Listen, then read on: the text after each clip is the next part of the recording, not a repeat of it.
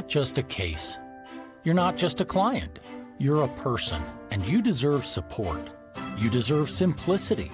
You deserve communication. When you hire an attorney, you deserve clear, risk-free advice that guides you to the best possible outcome in your injury case. And that's exactly what the advocates have been providing for over 30 years. After your accident, you deserve closure. You deserve compassion. You deserve peace of mind. You deserve an advocate. This is the Monty Show, the truth in sports talk streaming. When you want unbiased opinions about your favorite team without the spin, all you have to do is find the Monty Show, streaming live and available 24 hours a day, 7 days a week on YouTube. And now, here's Monty. Hey, the Monty Show, back and better than ever, baby. Hey, I know you. And you. Good to see everybody. I appreciate all the messages. I'm not dead. Way to go. Don't get pneumonia. It sucks. In case you wondered, the Monty Show is always presented by our good friends at The Advocates. TheAdvocates.com, the best injury attorneys in the business. Yes, we are still raising money for hungry kids. 1 in 6 kids in this country has food insecurity. And I appreciate everybody who donated while I was out. Thank you for that. Maury Alvarez. Look, I like Maury a lot. Maury's a good dude. Maury is a very good dude. But I'm going to play a video here, dude, from Maury Alvarez that it gives me food insecurity. Yes. If we're going to be honest. I mean, listen, I like creativity but I'm just going to say it. I would never wear somebody else's a skin suit, and now I think Maury would. Hey, Monty. I know you had it coming out both ends yesterday, but I went through and made a double donation just for you. Okay. No, I'm good. Nope. Maury, I appreciate you, bro. Appreciate you. I think you were trying to go the Big Daddy Magic route with that one, and I think that was just kind of, a little bit. No, the answer is no. Yeah, no. The answer is no. And Big Daddy Magic sent me a message that I still have not listened to because I've got like 10 in the inbox. In fairness to Maury, he did donate a second time after hours, so we appreciate that. He did. And I'm just going to play this unedited because I haven't heard this. Hey, player. John Cena won night 2 of WrestleMania with help from that miserable toe rag Travis Scott. I would build a DeLorean, go back to the future, and give his mom and dad protection. Because that guy's not even worth it, man. Okay. You know who John Cena is. John Cena. Never heard of him. His name is John Cena. Michigan football looked like honorable man. There's no honor among thieves. And you're from Chicago. You know how to. You're from Chicago. You know about the dirty and the low lives, the pimps and the hoes and the riders. You know what I'm talking about? I'm born in Salt Lake City, Utah, the most magical state in the world, baby. That's a lie. I have majestic features. But still, fuck John Cena. Come on, bro. Come on. You got to land that ship a little better, dude. Land the plane, dog. Like, come on, dude. And his name is John Cena. Like, what am I, like, bro? Oh, my God. That is so good. That is so. I don't know if that beats Skinwalker Ranch over here and whatnot. What's up, big bro? That is so good, dude. That is so good. Like it is. What would this show be? Oh my God! Without Skinwalker Ranch and John Cena bombs. I mean, come on, dude. listen. I this is the life that I live. This is what happens when you decided to get pneumonia one day and people had time on their hands. This is what happens when hyenas just make anything up, you know? I cannot even begin, you guys, to tell you how many people texted me, how many people emailed me, called me. The Advocates sent me a basket of meat sticks, quite literally like 100 meats. It was one of the most amazing things ever. I really appreciate everybody who reached out. It was miserable. I'll be honest with you. Before we get to the show, Thursday and Friday were two of the worst days health-wise I think I've had in 20 years. So going back to like having I had my knee, I had knee surgery 30 years ago now. And I am, knock on wood, thankfully, I never get sick. I'm very healthy. Thursday and Friday were two very rough days. I went to the doctor, I think, what was that, Wednesday night? Yeah, it was Wednesday night, yeah. Yeah. Because I was coughing a lot on the show, right? So I got on, I use UHealth as my health insurance, my health provider. I do a telehealth thing with a company called UHealth. And the lady says, you know, I think you need to go to urgent care. Just let them put a stethoscope on your lungs. Yeah. Let a doctor. Okay, cool. We go in there. We get right in. 5 minutes later, we walk in, blood pressure. Hey, you're fat, lose weight. Okay, cool. Then the doctor comes in. Why? I have pneumonia. Why do you need to weigh me? You know, I'm just saying. The doctor comes in. Mrs. Monty and I are doing a dual appointment. We're in the same room with the same doctor. Doctor listens to her lungs. She has asthma. Well, you know, keeps up with it, is running a 10K Saturday, like all this cardio nonsense. Yeah, I know what time it is. Oh, you sound great, kid. All right, fat ass, come on over. Right, the doctor's like, okay, come on over. Let's listen to you. I have on a sweater, like a waffle sweater. And she's like listening to my lungs. Like I'm doing all of it. And she's like, hey, Tubbs, can you take off? I'm hearing something, but I think it might be the sweater. Can you take your shirt off? No problem. Not the first time you've been asked that. Especially not by the hose, right? That's right. I take it off and I do the one breath in, and she's like, yeah, you've got pneumonia. I hear you crackling and gurgling, and they called it rails, I think. And she's like, yeah, I'm going to get you these antibiotics right away. We're not even going to do a chest x-ray. Wow. Yeah, it was. And then I took the antibiotics, could not sleep that night, was coughing all night long. Eventually got up, slept on the couch, had a terrible night of sleep, did not do any work on Thursday, slept on and off. Friday night, Thursday night into Friday, same thing. Slept most of the day Friday. Woke up Saturday, felt much better. Sunday felt great. Today, I feel pretty normal. I haven't been coughing all day. Yeah. Now that I'm projecting my voice, that's why it's happening. But thank you to everybody who reached out.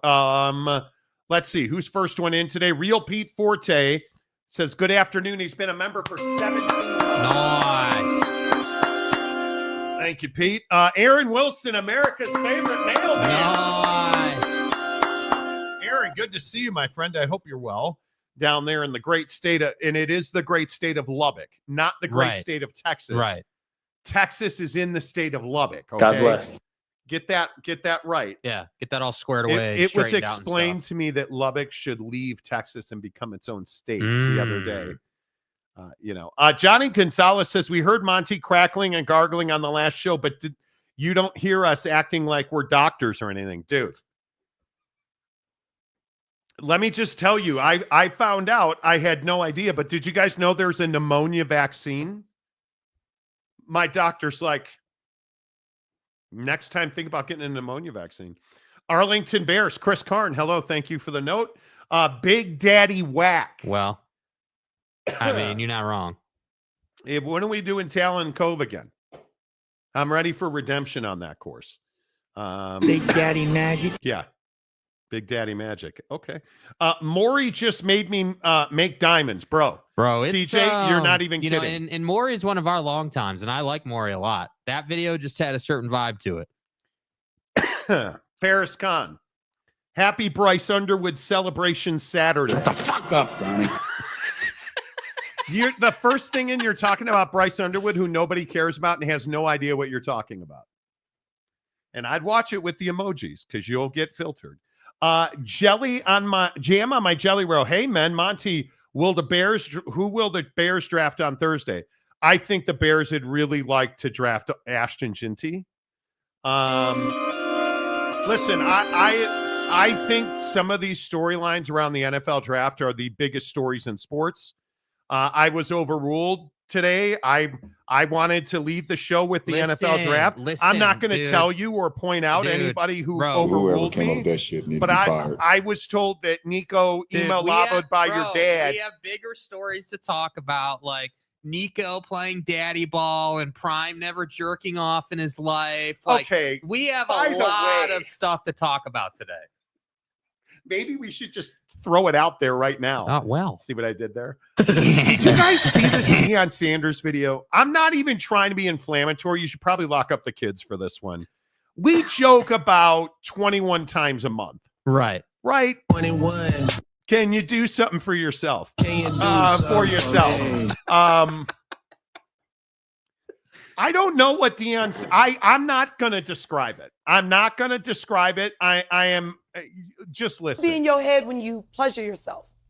I don't pleasure myself. I've never in my life pleasured. In your life. Never in my life. All your God is my witness. I'm so confused. I'm trying to figure out to strike you down. You got to strike you down. Hey, I'm telling you to call the truth. Why do I really believe him? Okay, now see, my next statement don't sound arrogant. What is it? I never had. Oh, hey, there you go. See? Do you believe him? No. Hell no. Hell no. Hell no. Yeah, Prime's never jerked off, and I've never had a burger. Okay, listen. Dude, thank you. I think we are all acutely aware bro. that there are times where we all have to, lower the water table a little bit. Yeah, I mean, honestly, listen, I'll start stroking guys. Pace of play matters, and you just have to start stroking guys. I'm just telling you, every guy does, has, and will. No. Yes. I don't care who you are. Dude, they chopped your toes off. You were in that bed for days by yourself. Macaque. Not one time? Come on. Come on. Come on. Dude. It's one of the craziest things I have ever heard somebody say. Dude, he has said some things. That is an outlandish thing to say. Dana Marie says, how does one get meat sticks delivered? Asking for a friend. Macaque. Right? How is this a sports story? Dude, are you serious right now? You got to be kidding me. You're not being serious right now. Pace of what matters? Exactly. Why is this such a taboo subject? And maybe it's because I have so much energy built up today. I don't understand why people are like, oh, I'd never do that, man. I think I've hit it every time. Dude, the Pope died today. I would never do that. Guess what? They got another Pope lined up. We get it. Yeah, and trust me, so has he. Yeah. Right? Okay.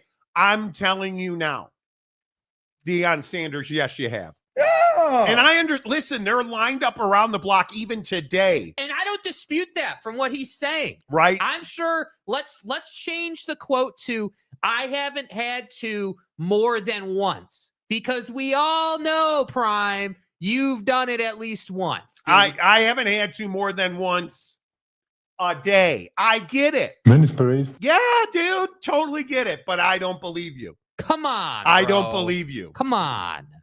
Maury, glad you're feeling better. My family loves you, and I appreciate the 27 months. Let's go. That was a great 27 months. Yeah. That was a great video. Nice job, dude. Welcome to the nightmare. Prime saying he never stroked it is like Jakey Two Shakes never having eaten roller.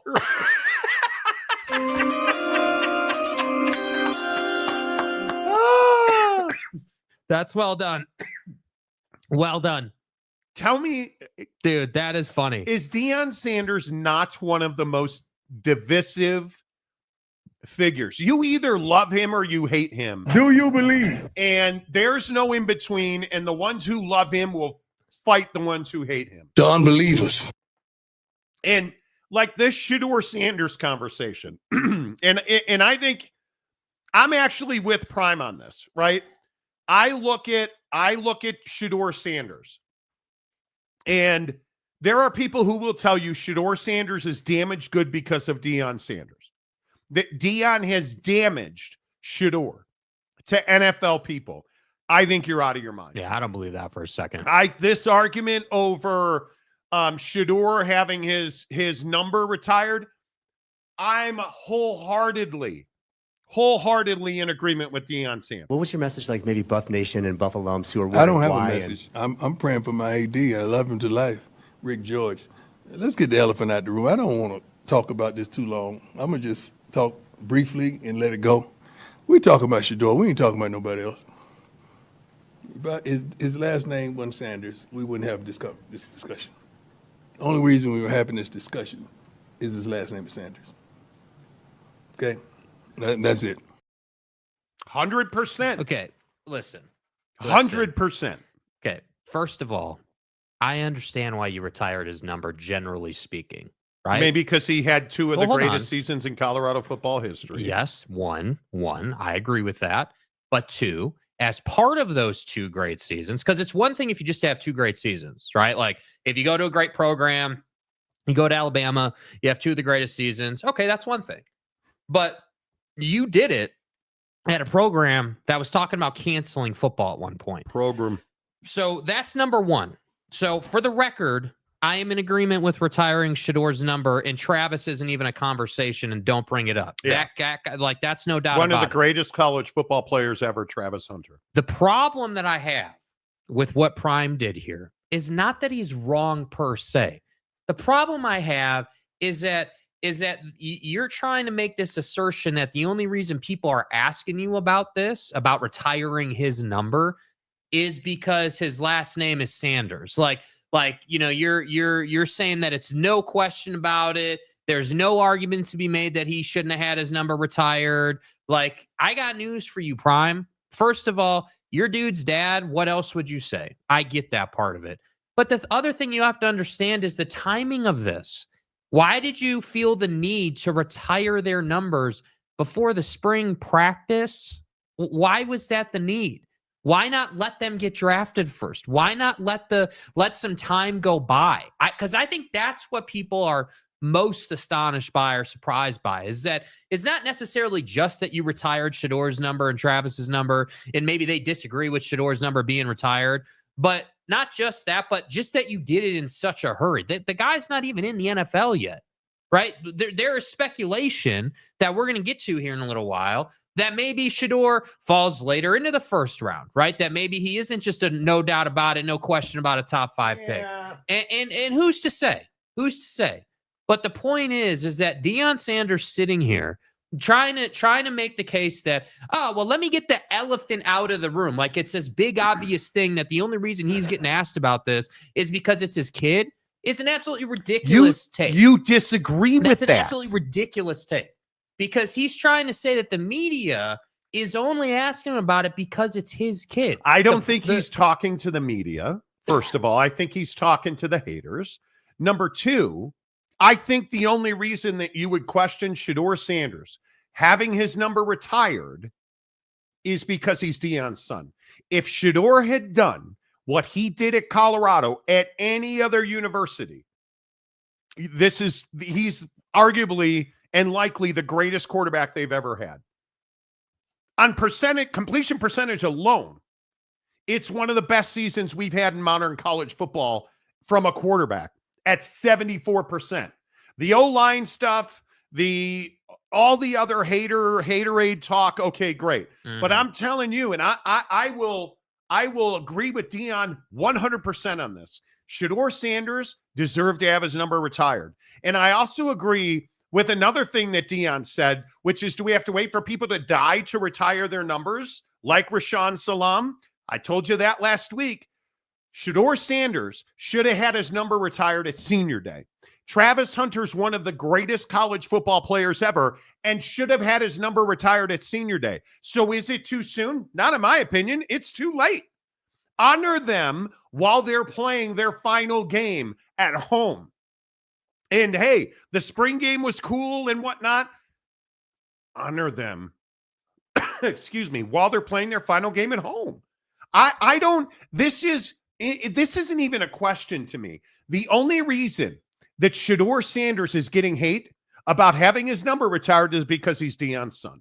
Well, I think partially too, though, if you compare his season, because what people are doing is they're taking Shedeur's season and they're comparing it to what a great quarterback season would be in college football. Right. And they're also the thing that I keep hearing is, oh, well, they were 13-11 and everyone keeps saying I think the term was like you got trashed in the bowl game or whatever. Right?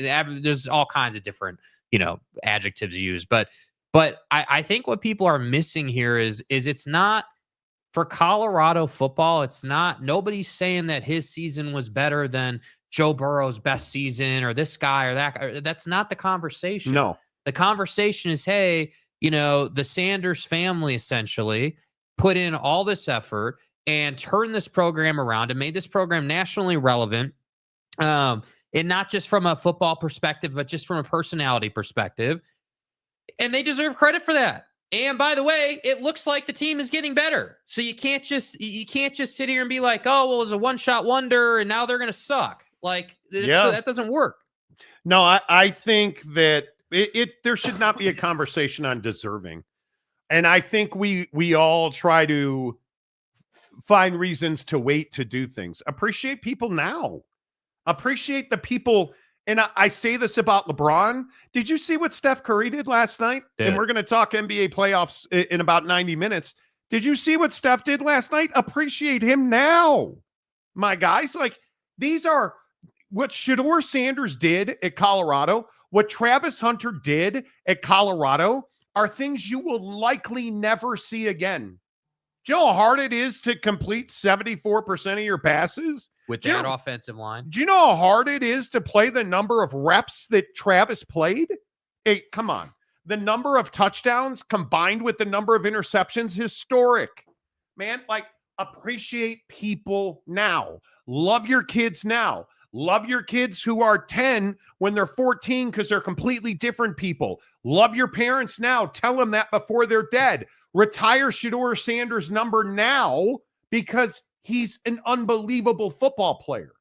And the sad thing is we won't do that. We're going to find ways to rip him down. I saw all the memes about Deion's kid. To hell with that. Shedeur Sanders outplayed the shadow of being Deion's kid. Only the media and the haters won't let that happen. Yeah. So I'm just not here for it. I'm just not here for it. All right. Gabriel, Prime is trying to look cool, apparently. I don't know that he's got to try. Yeah, I don't think he's got to try. Let's see. I can say I was right about Nico going to UCLA. After seeing the Rose Bowl in person, the stadium's great. No, the Rose Bowl, for those of us. Honey, it needs an IPF and it needs an upper deck. But outside of that, Nico's going to make that place look amazing. The Rose Bowl's a dump. I don't know how many times we can talk about this on the show. And for my Los Angelinos, please hop in here. Anybody who's been there, it's a dump. Because it's garbage. It is so hard to get into and out of. It's brutal. It is. I have been there for, obviously, UCLA football. I have been there for a flea market. I have been there for a Chelsea football match. I mean, I've been there for just about everything. It's impossible to get to and get out of when there's an event there. It's old. It's dilapidated. It is in need of a renovation badly. It's not a beautiful stadium. Nico Iamaleava went to UCLA for one reason. He had nowhere else to go. Where did Nico want to go? He wanted to go to USC. He didn't want to go to UCLA. Nobody wants to go play football at UCLA. Facts. He gave away 50% of his money at a minimum. And that's if we're being nice. Yeah, that's if you're being generous. What happened to the $4 million deal, Dad? So we can sit here and, he'll be closer to it. It had nothing to do with being closer to his family. If he cared about being closer to his family, he would have never wound up on Rocky Top. He would have never been at Tennessee. Yeah. He didn't care about being close to his family. He cared about making money. And Which he didn't do that either. When he figured out he couldn't make money, now it's, I want to be closer to home. What happened to the $4 million deal? I don't know either. And this is what I always talk about. We've got to stop shining the turds in sports. Stop doing that. The Rose Bowl is not, the stadium is great. No, it's not. It's a dump. It's a dump. It's a terribly located stadium. I don't know how many people realize this. It is up on a hillside in Pasadena amongst multi-million dollar homes. The neighbors don't like it. They don't want it there. They don't make it easy to get in and out of. It's quite literally in the middle of, pick your poison. Pick any neighborhood you want. It's in the middle of Daybreak, Utah, dropped in the middle with egress and access issues. Have you ever tried to get an Uber or a ride share? Because that's what everybody always says. Oh, just take Uber. Do you know how hard it is to get an Uber after an event at the Rose Bowl? It is, bro, you have a better chance of getting a transplant somehow during it, think of the impossible. It's impossible. It's a dump in a terrible location. And if it's such a pleasure palace and an amazing stadium, why are they trying to figure out how to build one on campus, which they'll never be able to do? Because nobody goes to UCLA football games. I can tell you, when Holy Bob Toledo was the football coach, and I was just little young Monty covering UCLA football,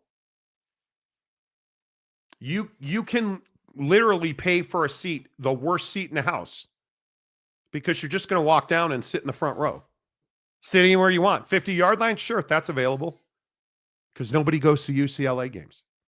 So, Ferris Khan, serious question. Are the Chicago Bears and White Sox moving? It's not. It's not a serious question. It's not a serious question. Smash. The Bears are building a new stadium, which is how you know it's not a serious question. So I understand retiring his number, but wait until he's in the league. They haven't even been drafted yet. But why wait? Because a lot of people have said this. If you're going to retire Shedeur and Travis's number at Colorado, they should wait until they're in the NFL. Why? Is it a resume thing? Do they have to do well in the NFL to have their number retired at Colorado? I mean, I definitely think part of being an all-time great college player is being drafted. And I think there's no doubt about they're going to be drafted. Wow, is it really? Yeah, for sure. Should Florida retire Tim Tebow? Yeah, without a Well, doubt. how can you do that? He was terrible in the pros. Yeah, but again, I'm talking about being drafted. Right, but he was drafted. Wasn't Tim Tebow drafted where was Tim Tebow drafted? He was drafted late. He was not drafted. He wasn't in the top of the draft. He wasn't, I don't think there's any doubt being a great college football player, part of that resume and retiring numbers is getting to the NFL. I mean, it's pretty rare to be just this 25th pick of the first round. Yeah, Tim Tebow. That's fine. That's fine. I just don't think you should ever. The NFL has nothing to do with retiring a college football number. Nothing. Then Zach Wilson, Jaron Hall, do those guys belong with Ty Detmer? No, because they didn't have the numbers, I don't think, or did do what they did for the program. I would guess. I mean, I have to look at it closer, obviously. That's my point. I don't care what Shedeur does in the NFL. He was the best quarterback that Colorado has ever had. Retire his number now. Appreciate him now. I think Tim Tebow is one of the biggest busts in the history of the National Football League, if you listen to the haters, right? And I think when you look at the way Tebow, was he a better baseball player? Probably not. I mean, he won a playoff game. Everybody seems to forget that. I just think that he deserves better. And if there's ever a guy that should have his number retired at Florida, it's Tim Tebow, and he hasn't. Yeah. Because he's probably the greatest college quarterback ever. But I don't think that should impact. I don't think that should impact Shedeur at all, in my opinion. Yeah. But 13 and 12, and they're retiring his number. Hey, what does the 13 and 12 have to do with Travis and Shedeur? Travis Hunter is one of the best college football players ever, and certainly the best player in college football this year. So should Travis be blamed? He played offense and defense. He should be blamed for the 13 and 12. No, he shouldn't. Shedeur was at fault that they were 13 and 12. No, he was not. People frustrated by Shedeur and Travis having their numbers retired before other Colorado legends don't realize their beef is with Colorado Athletic Administration, not the Sanders family. That's exactly right. Yeah, that's exactly I would agree right. with that. Damon Bolden, isn't it true he broke over 100 records at the school? Yeah, it's his resume at Colorado. Shedeur's resume at Colorado, there's nothing to even talk about. And I don't think people are talking about that. I think what people are doing is they're doing what Wasikowski did. They're pointing to the overall record. They're pointing to the fact that you didn't get into the CFP or do any type of major winning as a program while those two were there.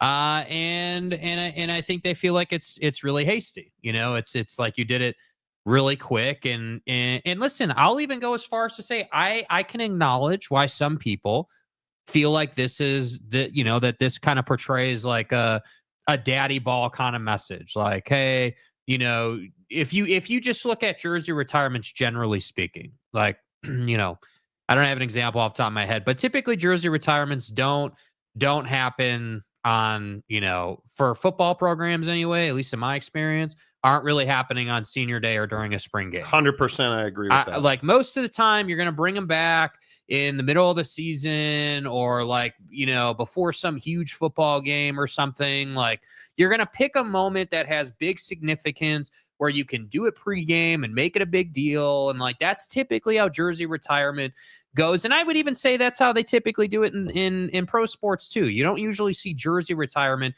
happening on a random Tuesday night for great players. That's usually a Friday, Saturday night, full house kind of thing. So I understand why people are like, oh, well, why do it so fast or this?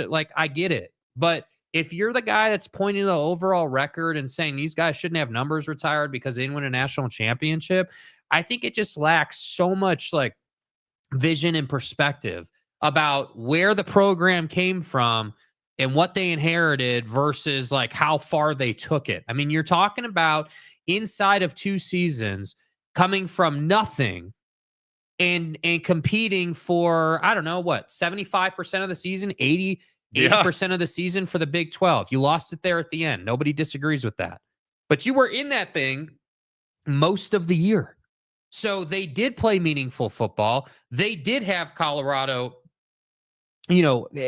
pretty close to doing things they've never really done in a power conference. I just don't know why it's got to be this thing where we all just want to crap on them and say that they're terrible and they don't deserve it. And I don't know why we default to that. Why can't we say, yeah, sure, they had a 13 and 12 record or whatever overall, and maybe they didn't win a national championship, but what they did for that program probably supersedes that. Because I would agree. Because without them, they're not even in the conversation in the Big 12. I mean, I just don't know.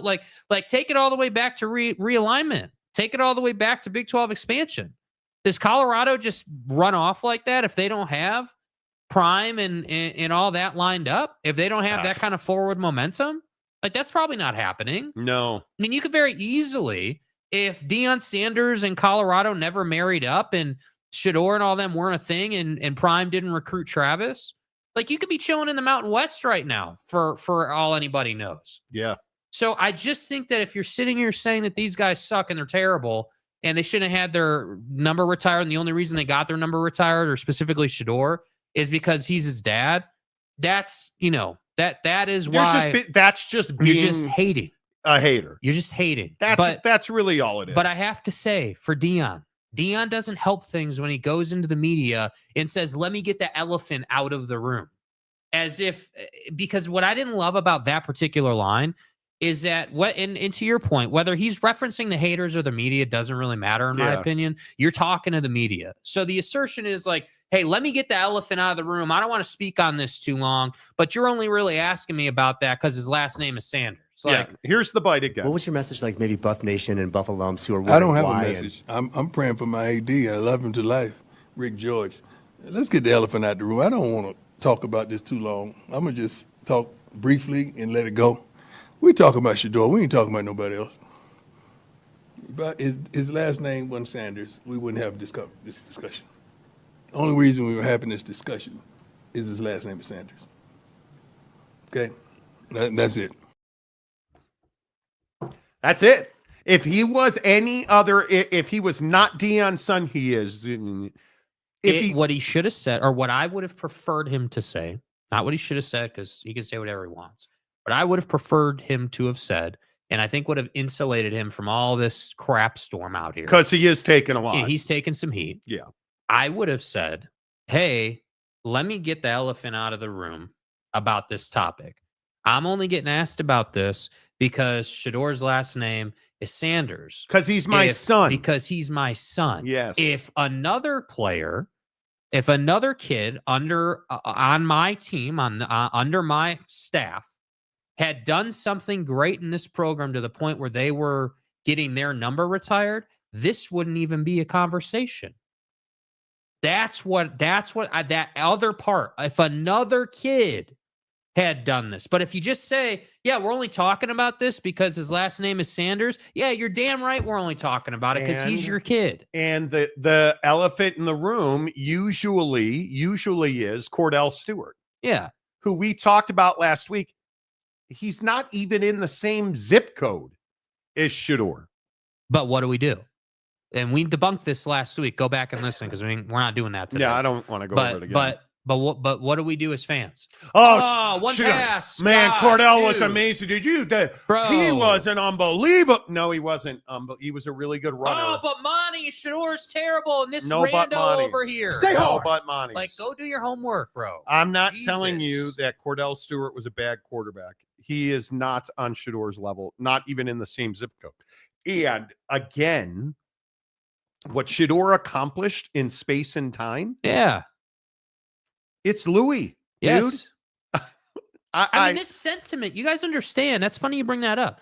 Because I do feel like this sentiment here about this conversation with him getting his number retired, it's the same thing. You guys remember all the hyenas crying about how, oh, he's forcing God onto my kid, and it's Louis. I don't want a preacher thing. And, like, bro, dude, where are all those people now? Where are all the people who said that this guy wasn't going to be a good coach and not a developer of men and, was going to do it the wrong way? Can't recruit. Never knew who Jordan Seaton was. Didn't know who some of, he's, I love this too, by the way. I can't remember the kid's name. Forgive me. They've got this kicker on the roster now, kicking 60-yard field goals in the spring game. And people are like, whoa, he can recruit?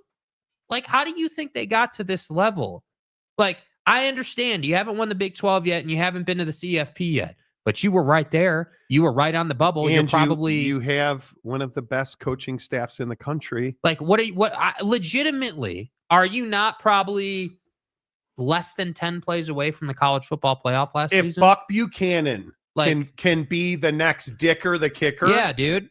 Right? Come on, man. Yeah, Buck Buchanan, the kicker for the Buffs. And everybody's seen the video. It's viral. It's on my Twitter feed. You have to go back over the weekend and look at it.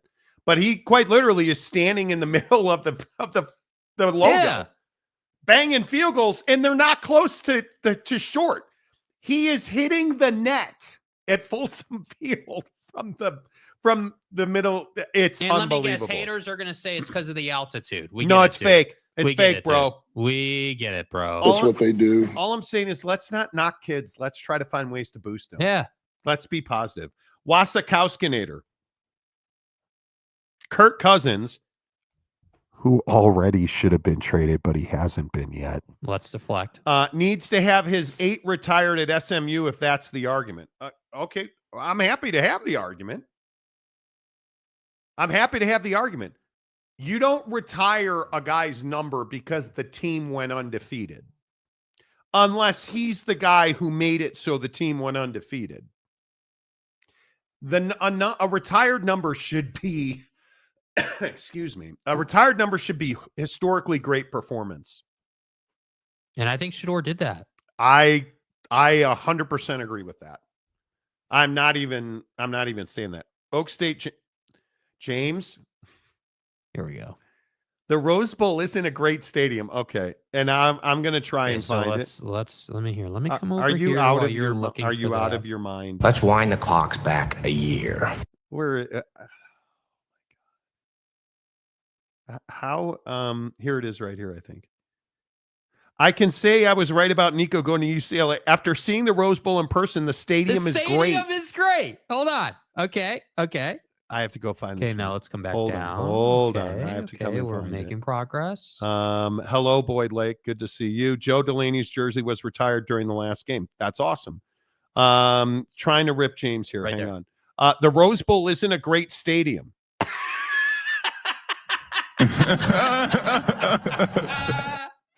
Dude. So if I carry the 6 and move the decimal over, Yes, you did. Yes, you did. The Rose But Bowl. Monty, dude. You said the Rose Bowl is great, and now you just said the Rose Bowl isn't a great. Selectively aggressive. It's the area around that is so beautiful. If I lived in California, I would want to live in Pasadena. No, dude. I promise you, this you is would not blocking the mountains. And Bro. This is the blocking the mountains at Utah conversation. Dude. No, you don't want. You're not close to. You're close enough to LA to have fun. You don't go to LA to have fun. Nobody goes downtown Los Angeles. Hey man, I want a good time. Where should we go? Not downtown Los Angeles. Nobody goes. Excuse me. Sorry. Nobody goes DTLA to have a good time. Okay. Nobody. DTLA. But I appreciate the effort. Shedeur Sanders has talent. I hope he puts on another 10 to 15 pounds. That way he can survive the physicality of the NFL. I hope so too. Yeah. Well, again, I think it's safe to say he's going to have a better offensive line than he had. Oh God. Johnny Gonzalez chose violence. Why? Brandon Whedon needs to have his number 3 jersey retired. Yeah. We'll let Stadium James pick the color exactly. Damon Bolden, they still have huge interest. Their spring game was on ESPN on Saturday. Yes, it was. Which I think is amazing. Let's see. Johnny, don't care what anybody says. You'll never find a more cordial Stewart for the CU Buffs than KS. Hey, man. I don't even dislike Cordell Stewart. I've interviewed Cordell Stewart probably 10 times. It's not really about him. It's not personal. Haters are making it about him because they don't have anything to stand on. I think, yeah. It is, yeah. Which is fine. It's fine. Darian Hagan and Coy Detmer were both better than Cordell at Colorado. But again, can we not? It's not about Cordell Stewart. If you're the guy making the comparison, well, because all day Wednesday, this is all I heard about. Well, Monty, Cordell Stewart first. We get it, dude. Go yell at Rick George. What has that got to do with Shedeur Sanders? We've got to stop this thing where we don't retire them right now. I'm telling you, the only day you should have your number retired is on senior day, because the legacy's already been written. Yeah. The legacy's been written. Yeah, I agree. I'd have retired Shedeur and Travis on senior day because they're historically good. That doesn't mean that Cordell Stewart sucked. That doesn't mean that Ty and Coy and your mom, and I don't care about anybody else, because in this conversation, it's the merits of Shedeur Sanders and his 74% completion percentage. I don't give a baker's fuck. His numbers, his touchdown, like all of it. Where they got Colorado from and to. Yeah. His journey to Colorado, and then his graduation, he put them on the map.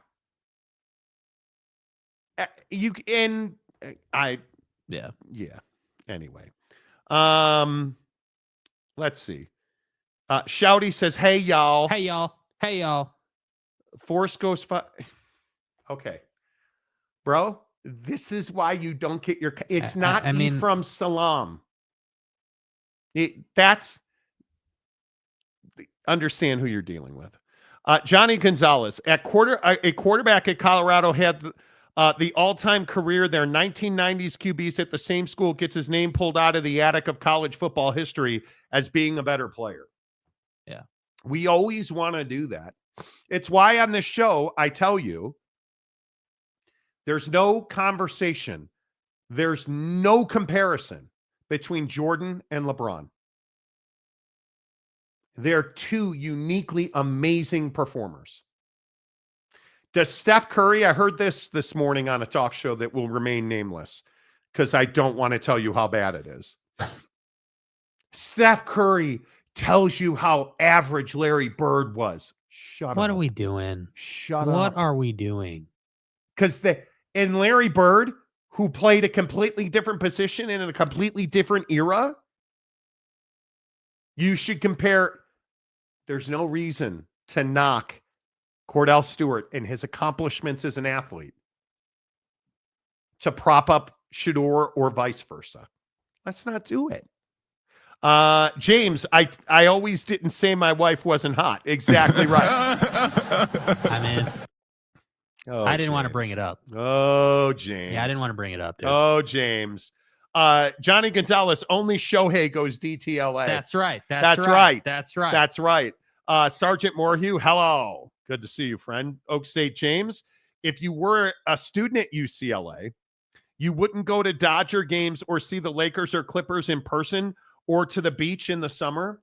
Well, the problem is DTLA is not that close to the beach. No, it's not. And you would go a completely different route. Yes, of course you're going to the beach. But here's the thing. The only reason you go to, and the Dodgers are not DTLA. No, you're not. Staples Center, yes. I got news for you. Are the Clippers downtown LA? They're not. Are the Rams? They're not. The Lakers in the new, again, Staples Center. Which, by the way, I love. The Lakers and the Kings. And then the entertainment mecca. That's what's in downtown. Otherwise, dude, it is a ghost town at night and on the weekends outside of the Lakers. It's a ghost town. You have the Dodgers near-ish to DTLA. But other than that, you could say the jewelry district, there's not much to do in downtown LA. Nope. Your Beverly Hills, your Brentwoods, your Burbanks, your The Orange beach cities counties, are way more the beach entertaining. communities, Yeah. even, hey, Pasadena, San Gabriel Valley. But it's so spread out. You just have to understand the geography a little more. That's not the way it works. I would rather have Shedeur at QB in Dallas over Dak Prescott. Okay, see now you're and listen, that's a conversation I can at least have. Would the Dallas Cowboys be better off trading Dak to start a rookie Shedeur? No, they would not. 2 years from now, okay, I think I probably might lean Shedeur. But that's a conversation we could have. Steely, good to see you, my friend. Illumindursky, hello. Good to see you. You can argue Jordan versus LeBron all you want. Larry was the GOAT. Exactly right. Thank you. Brandon Butler. James, that's like saying Arlington Heights is downtown Chicago, bro. Excuse me. DTC. DTC. Thank you. Right? And I just want people to understand. Like what should I like? Map? LA. Map of Los Angeles. Let me just get you a map of Los Angeles so you can try to understand. Let's see. How about landmarks? Landmarks. Does that work a little better? Yes, that works a little better, I think. That probably is not the best one. But if you look at, it's so hard. Like they're so spread out. You have to find the right map. Yeah. So that you understand. Here it is. Okay, great. This one will do. This one will do just fine. Right? What's all the green stuff? I'm not sure. I don't know what we don't. Is that weed? I think that's marijuana. Okay. It's not. Oh, okay. Sorry. My bad. And I hope people understand. Freaking frack of your mom's crack. I hope people I'm just going to take the whole Google image because you guys will. Well, why is the lens on there, Monty? Because I don't have time to edit it because it's during the show. Los Angeles is very spread out. And James, this is for you. I don't know why I'm taking this much time to explain something that your geography teacher should have told you. Okay, do you see all the right in the top? Do you see everything in the top right corner? Do you guys see that? That's where the Rose Bowl is. Okay. Do you see like right in the middle of the map, Los Angeles, right in the middle, the mid-city 10? That's where it is. Do you understand that there's mountains between Pasadena and in the middle of Los Angeles? And then right down here in the bottom left, there's this blue colored oddball shape with some sailboat looking things. What do you think that is? I'm not quite sure if we know what that is, but that's also another option. Oh yeah, that's called the ocean. And just for more of your edification, along the coast, that's where the do you see where LAX is and LA Galaxy Soccer in Inglewood? Yeah, that's where the LA Rams play and the LA Chargers play. Nowhere near Pasadena, you jackwagon. It's not close. Okay, Jackass. No homework in class tonight. Have fun, guys. So it's not close. No, I want you to understand. No, it's not. Hey, Seth, he makes hats. Hey, let's Seth. put it this way. 2-hour drive will get you Corpus Christi to roughly San Antonio. 2 hours in Cali will get you easternmost part of LA to DTLA. As somebody who lived there for over a decade and drove from Orange County to Los Angeles, I also lived in Burbank and worked at Staples Center. I do not miss that traffic. He's not wrong. Seth, you're exactly right. Dude, when we were in Chicago, being in Chicago made me think of the LA traffic, and it sucks. It is terrible. Johnny Gonzalez, the blue thing in the corner is the upper deck of the IPF. Oh, dude, why didn't you tell us before, dude? See, Johnny, Gosh. Now you're educating me. Dude, thank you, bro. Thank you. You know. Did Nico Iamaleava win? Let's have this conversation while we're sitting here. Nico Iamaleava is a UCLA Bruin, right? And I think we even talked about it on the show. USC, UCLA, North Carolina, I think were the three main ones we talked about. Yeah. North Carolina, no. USC was never involved. Tulane got ruled out early in the process. Tulane got ruled out. Like a bunch. It just went sideways. Yeah. He's at UCLA. And it depends on who you believe, but let's say the number's 1.5 million. Yeah. Did he win or did he lose?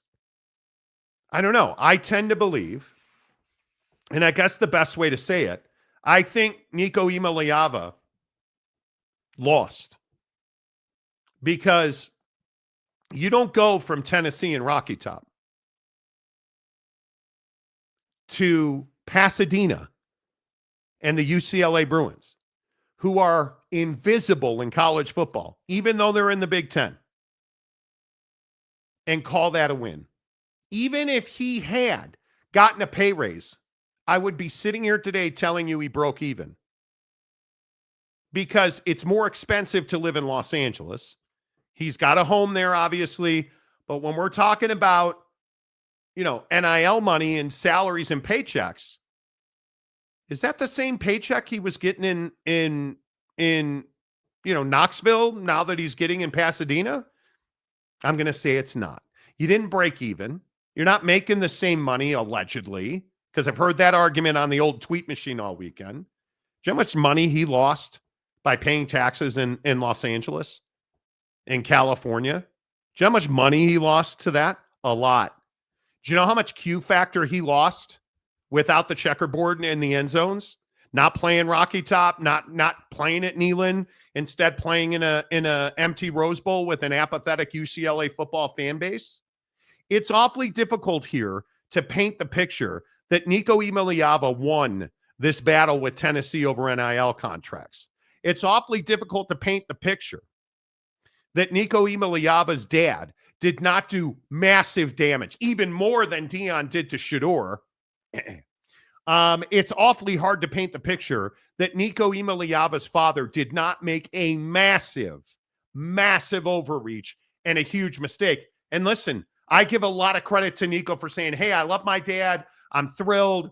He cares about me and he's going to be my guy and we're going through this together. Listen, don't lie to me. I totally get all that, right? As a father, I'm always going to defend my son. I'm going to totally get that. It's awfully difficult now that you're going to UCLA and you're paying California and Los Angeles taxes and you're going to try and tell me financially this is a win. Congratulations, you're living at home again. Is that a win? It's probably not. There's no way to spin this, Jake. I think this is a loss for Nico Iamaleava. Yeah, and I also think the repercussions for your future are potentially hefty. I think if you're an NFL executive watching this go down, and please don't tell me that NFL executives and NFL personnel are not paying attention to these type of situations. I think if you're watching this, you have questions. You're going to want the truth. You're going to want to know, was this daddy ball or was this Nico? Absolutely. Right? You're going to ask that question. And if it was Nico, now I got to start to ask you how you evaluate situations, because we all damn well know that the quarterback position in the NFL, by the time he gets to the NFL, is going to be hovering somewhere around 65. We know that. That's the projection moving forward, that we're in this place where we're talking about 50, 55, 60. By the time Nico gets into the league and gets through that rookie deal, for sure we're going to be in the 60s, and I think that, if you're looking at this kid, you have to be asking the question of, hey, what's your decision-making process like? What do you actually value? Because the problem here, and this is what you were referencing earlier, basically Nico and company are doing damage control now. You went from 100%. Hey, bro, we want more money. We deserve more money. We should be getting $4 million, not $2 million. That's what his valuation was. We should get 4 instead of 2. And then you made a really bad decision, in my opinion, a really uninformed and short-sighted decision. And now you're here trying to tell me that you did this and everything's great and kosher and you did this Instagram post talking about family and stuff to make all of us feel like that's what this was about. That's not what this was about. This was you hitting the, hey, here's the bird button to Tennessee and not showing up to practice and putting Josh Heupel up on the stand to say that that's when we knew you were out. Only to say, yeah, I only did this because of family and money's not as big a deal, even though you just went from allegedly making 2.5 to probably 700,000 or 800,000. Well, now we talk about Be this better, the rest bro. of the, we're going to talk about this the rest of your football career. Yeah, because when you don't make the college football playoff, you're going to look silly. And what happened? What happened to your draft stock? Yeah, the moment that you bailed on Tennessee, what happened to your draft stock? It went down. And you're going to talk about this if he ever winds up at the combine. And I think that's a big if, because you go to Los Angeles to be a quarterback. Look how many of their guys hit the portal today. Because UCLA told their quarterback room, this is Nico's job. Yeah. They lost guys. The window's open. And I'm telling you now, this is what the narrative will be on him the rest of his football career. Not college, entirety of his football career. Yeah. You don't do what he did the way he did it. And if you get to the combine, not have the interview process be focused on your dad. Is he a pain in the ass? Is he a problem? Hey, is this a LeVar Ball situation? Look what they asked Will Howard, bro. Yeah. Do you think this is a joke? Do you think that they're not going to ask him about his dad after they're straight up out here asking guys like Will Howard and company, like, hey, why should we draft you, Will? Why Will Howard? I love you asked that, man. I feel like my whole career I've been overlooked. I didn't have an offer from Pitt. I didn't have an offer from Syracuse. I didn't have an offer from Boston College, Penn State, Duke, Carolina. None of those schools offered me. I was trying for years. And I went to Kansas State and I said, I want to prove those people wrong. I hope Penn State looks back and say, damn, we've missed out on Will Howard. You know, when I get to the NFL, I don't want you guys to miss out on me, because every single team that picks a quarterback in front of me, I'm going to make it my mission to make sure that they regret not picking me. Love the passion, the enthusiasm. Good job. Yep. Thank you, Good guys. job. Draft me. Hey, are we drafting Nico? Hey, Nico, are we drafting you or are we drafting your dad? Dude. Who are we drafting? I think it is remarkable. I think that's a really interesting comparison. Nico Iamaleava to Will Howard. Because Will Howard left K-State. And No. He got run out of K-State, allegedly. Thank you. K-State left Will Howard, and he ended up at Ohio State. Does anybody remember how that ended up for him? I'm trying to rack my brain. I can't remember. Was that the Will Howard that everyone said sucked? And then, you know, he went to Ohio State and, you know, held onto the ball too long against Oregon, but then bounced back and had one of the greatest college football playoff runs we've ever seen, only to win the national championship in dominant fashion. Oh, you mean that Will Howard that created the opportunity for himself to go out and get to higher levels? So wait, is Nico going up right now? Oh, no, that's right. Quite literally, he left Rocky Top to go to the Big Ten into a program that is led by a guy who couldn't even give a proper speech his first opportunity. He didn't leave Tennessee to go to Ohio State. He left Tennessee to go to UCLA. Like, there are levels to this game, bro. That is rough. Let's see. Johnny Gonzalez, Iamaleava is actually going to have to go out and get a full-time job while getting marketing NIL gigs, become a real estate agent, and become a lawyer to break even. Dude, taxes and yes, jam on my jelly roll. Taxes suck in California. Yeah. Stadium Guy James, it's a win for Nico because he's closer to family. Keep telling yourself that, dude. I don't want to be too hard on you today, dude, but if you really believe that, you're not, you don't understand it. Yeah. You don't if you're making $2 million in Tennessee or Kentucky or you know, Iowa or wherever the hell you want to look, maybe not Illinois, they've got heavy taxes, probably wouldn't recommend that. But if you're in the Midwest and you're getting millions, dude, that millions goes way further. Oh my God. Than in California, dude. Are you kidding me? Like, and you're a Texas guy. You know about this.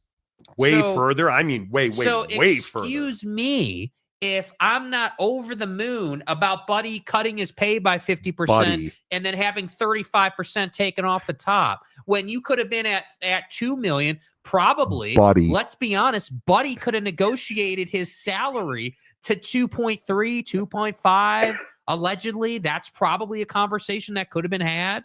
You could have had a private jet deal with NetJets like Jackson Dart and Arch Manning. You could have had these things. But no.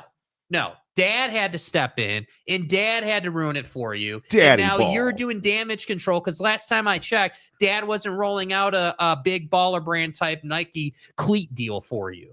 That's not what's going on. Yeah, you're not going to have massive knee injuries because your dad made shitty shoes. That's not who you are, Nico. Yeah, right? That's not you. Yeah, let's run through some of them. Seth Hatmaker, Oak State James is the best. We love you, buddy. Yeah, we love Oak State James. It's not personal. I'm not going to sit here and I think, again, your description of this is spot on. I'm not going to spit shine a turd. No. This is not a good decision for his career. This is not a good decision for his pocketbook. This is not a good thing for college football. His image. This is not a good look for UCLA as a football program. Because that's the other thing that I don't hear people talking about, dude. Like, is UCLA like everyone's talking about Nico going to UCLA and how these quarterbacks and these guys got in the portal? Like, is the assumption on UCLA's part that this kid's going to come in here and just light the world on fire and they're somehow now going to take this huge leap forward in the Big Ten? Bro, you can't even beat Indiana. You can't beat a soft Big Ten team. Like, and I think the other thing is he's got to be very good. You know, Yeah. like it's one of those things where, excuse me, like you look at Joey Aguiar, he's probably going to wind up at Tennessee, who still doesn't have a quarterback. How about that Avery Johnson transfer, boys? That never happened. I think Joey Aguiar is a very interesting one. But we'll see. I just think this is what's wrong with college football right now. I would feel better if this was Lincoln and USC. At least then I could say, okay, Lincoln, for you, dude, and where you're at with your program, I probably disagree with that and Nico, to be honest with you. But hey, the kid's talented. You're a quarterback guru. A plus B equals a lot of passing yards. And he'll be on national TV regularly. He will play at a minimum.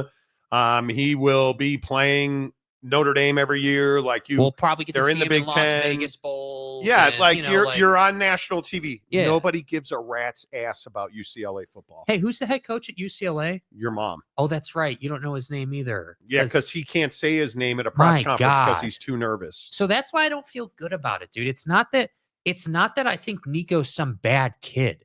I think this is our first real world example of a kid getting wrapped up in the money and the kid's family leaning on him like there is no tomorrow, not having that vision. Train. Like, think about it. If this kid just did the bare minimum in college football to get drafted, you know, you play your 3 seasons, let's call it $6 million you'd make an NIL over those 3 seasons, and then you go and you're Tim Tebow, you're drafted 25th overall.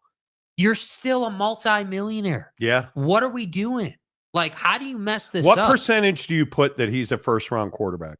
Much lower now. Much lower now. I think he'll be lucky to be 2nd or 3rd round quarterback. I saw somebody put it at like 5% that he'll be a first-round quarterback. Yeah, agreed. I think he's remarkably talented. And again, of the way that we build conversations in this world, we forget this kid's really talented. Yeah. He's a really young, raw, but talented quarterback.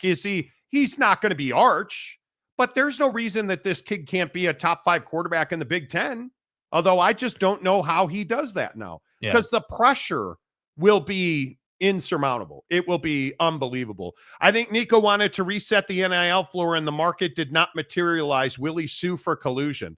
I've heard that word so often. I think it would be impossible to prove that. You don't have the wherewithal for that, dude. That would be impossible. And if you lose, you wasted your tons, the cash windfall you got from UCLA. Okay.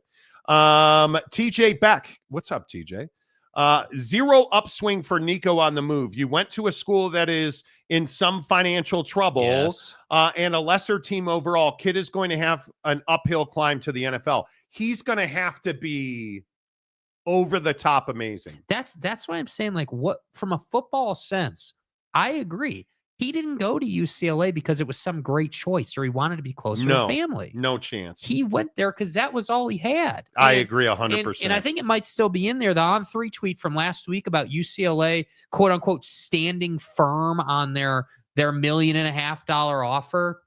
You know, about how they weren't going to budge, and you know they had him right at the number that they wanted. Like I sit here and I say, dude, bro, you went from the SEC to the Big Ten, which on its own isn't that big a deal. Yeah. But when you talk about going from a Tennessee club under Josh Heupel that's really, really improved and has climbed and is a college football playoff contender year in and year out now, in my opinion.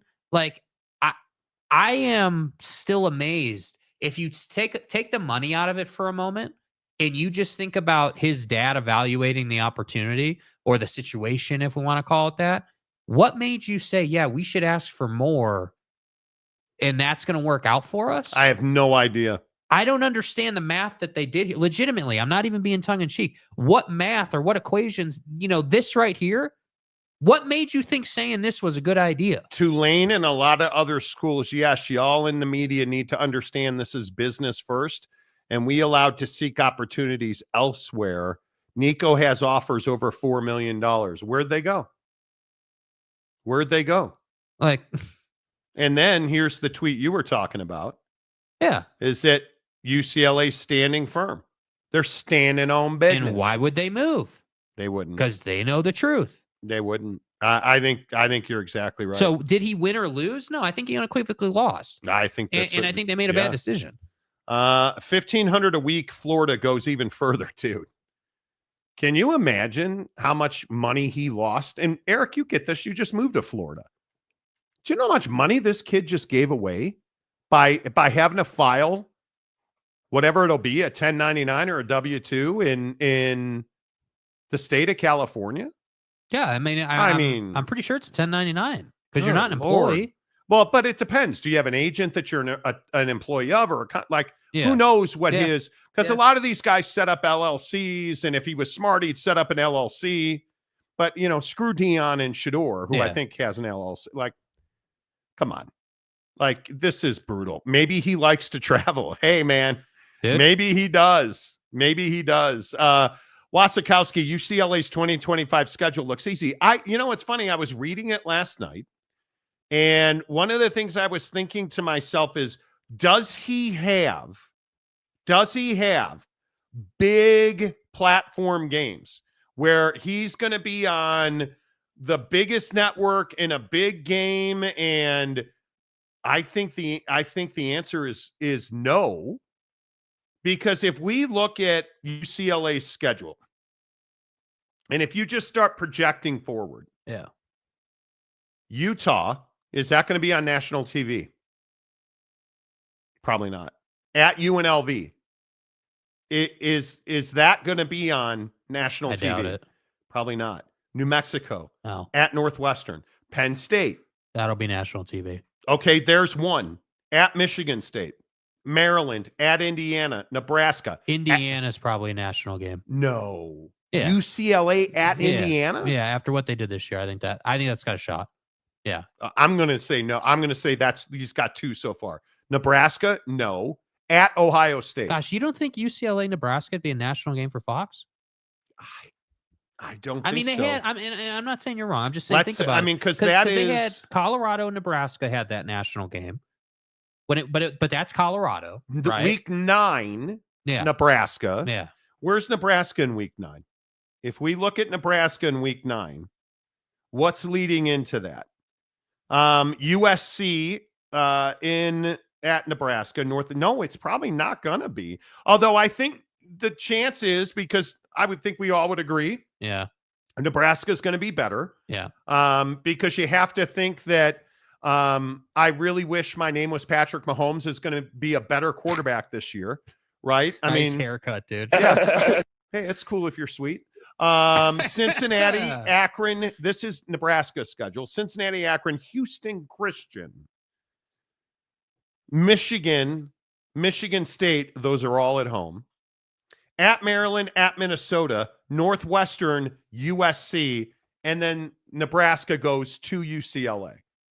So there's a chance, and it depends on what time that game is and how all that plays out. And how also what's your record? I mean, if you're relevant, and who else in the conference is playing that day? Yeah, like where is Michigan? Where's Ohio State in week 9? Ohio State's schedule. Texas, Grambling, Ohio, Washington, Minnesota, Illinois, Wisconsin, Penn State. They're at Purdue. So UCLA, you would think UCLA, Nebraska is a bigger game, right? Okay, well, let's look at cheat again. What? What? Cheeseburgers for kids. New Mexico, Oklahoma, Central Michigan. That'd be America's team. Nebraska, Wisconsin, USC, Washington, Michigan State, Purdue. Week 9. There's a chance that UCLA, Nebraska is one of the marquee games in the conference. Yeah. Where's Oregon week 9?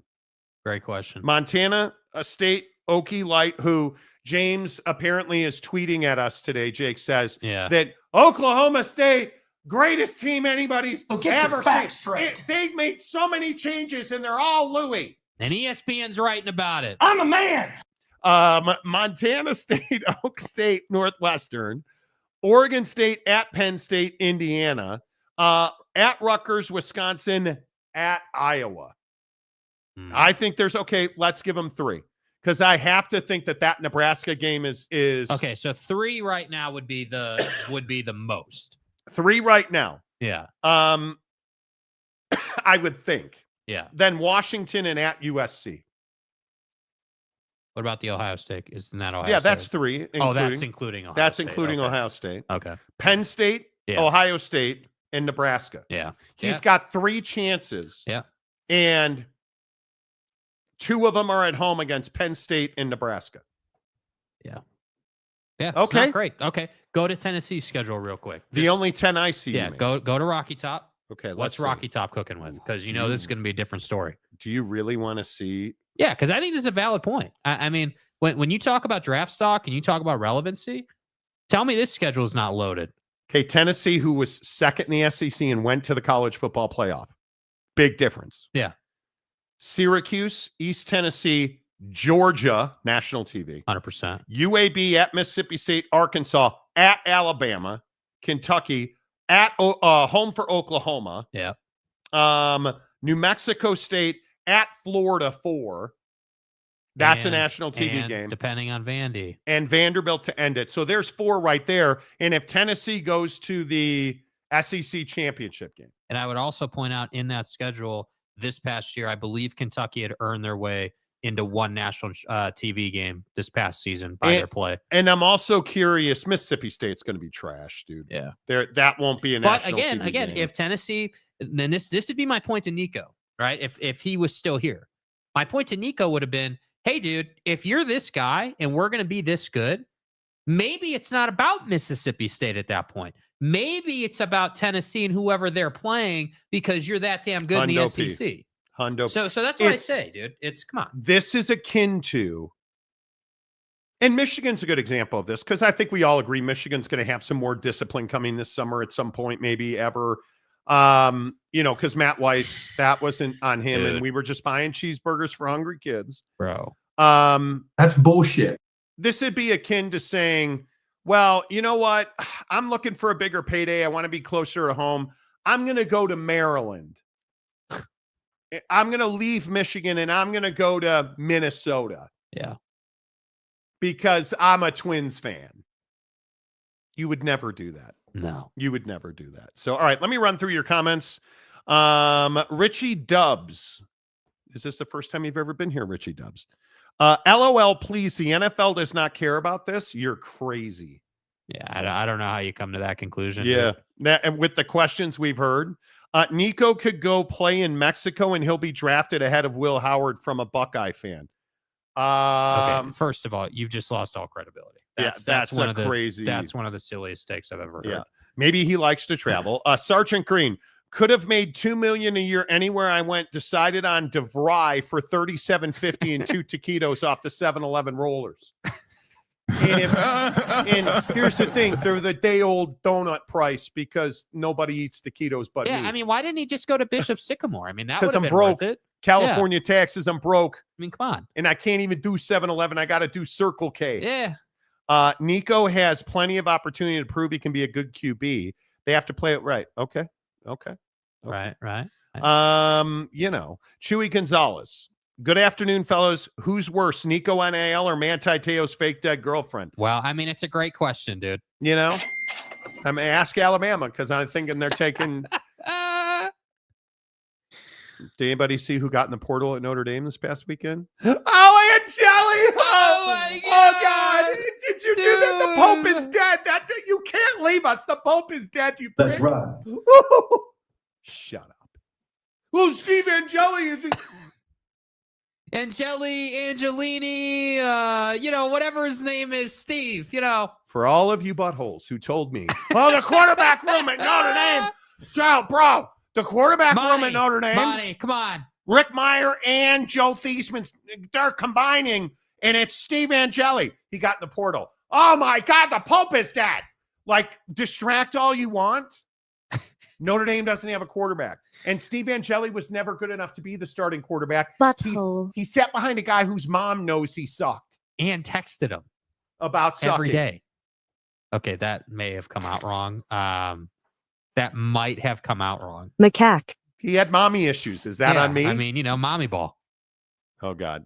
Big Daddy Magic. Hey, who do you think the beloved Buffalo Bills will draft? And I have a safe coming on Friday. You have a... What's in the safe? Dude, you don't want to know the answer to that. Are you going to keep the red Buffalo Bills shirt I'm never going to buy you in that safe? Or... What about a John Cena shirt? I know you're a big John Cena guy. Yeah, like if somebody needs to, I understand John Cena they wrote the script. Right. And that means that John Cena's a bad guy now. And his name is John Cena. But are y'all telling me that like all of a sudden John Cena's not popular? Is that what you're saying? Buffalo Hunter, hi, Big Daddy Magic. To which Big Daddy Magic said, hi. Johnny Gonzalez, Nico needs to get UCLA in the same place where Tennessee was last year in the playoff ranking. Last team in needs to be the goal. I don't disagree with that. Jay Brannon, like button, y'all. Yeah, hit the like button. Hey, y'all. I'm terrible at at this job. Over 1,500 views, and we only have 42 likes. Hello to everybody watching on X today. Good to see you guys. I really appreciate everybody who watches the show on Twitter. X, call it what you will. We have a lot of support on X, and I appreciate that. Comment on X. It shows up. We'll read your comments here on the show. Social media. Or if you're on Facebook, Insta, Snapface, Twitter, wherever, comment. We have a software that pulls all that in. We'll read your comment. Or let's get crazy. Get on Google, search The Monty Show. The first thing that'll come up will be our YouTube channel. Click on it, hit subscribe, give us a like. Watch the video live with everybody else. Do it. We appreciate that. TJ Beck, don't underestimate the sexiness of UCLA and the Pontiac Fiero they afforded Nico to buy. That's right. Come on, dude. 86 Pontiac Fiero. Danny Kiger. Hello, DK. Maybe Nico qualifies as a charity now. He could. Well, he could. Wasikowski, I'm a Michigan fan, and I'd take Will over Nico. Yeah, come on, dude. I think everybody's taking Will over Nico. Yeah. Stadium guy Jim. What if QB Mahaliuki Smith ends up at Tennessee? Let him. I mean, you guys have. No, I'm not playing your games today. Bro, what are you talking about, man? James. Monty.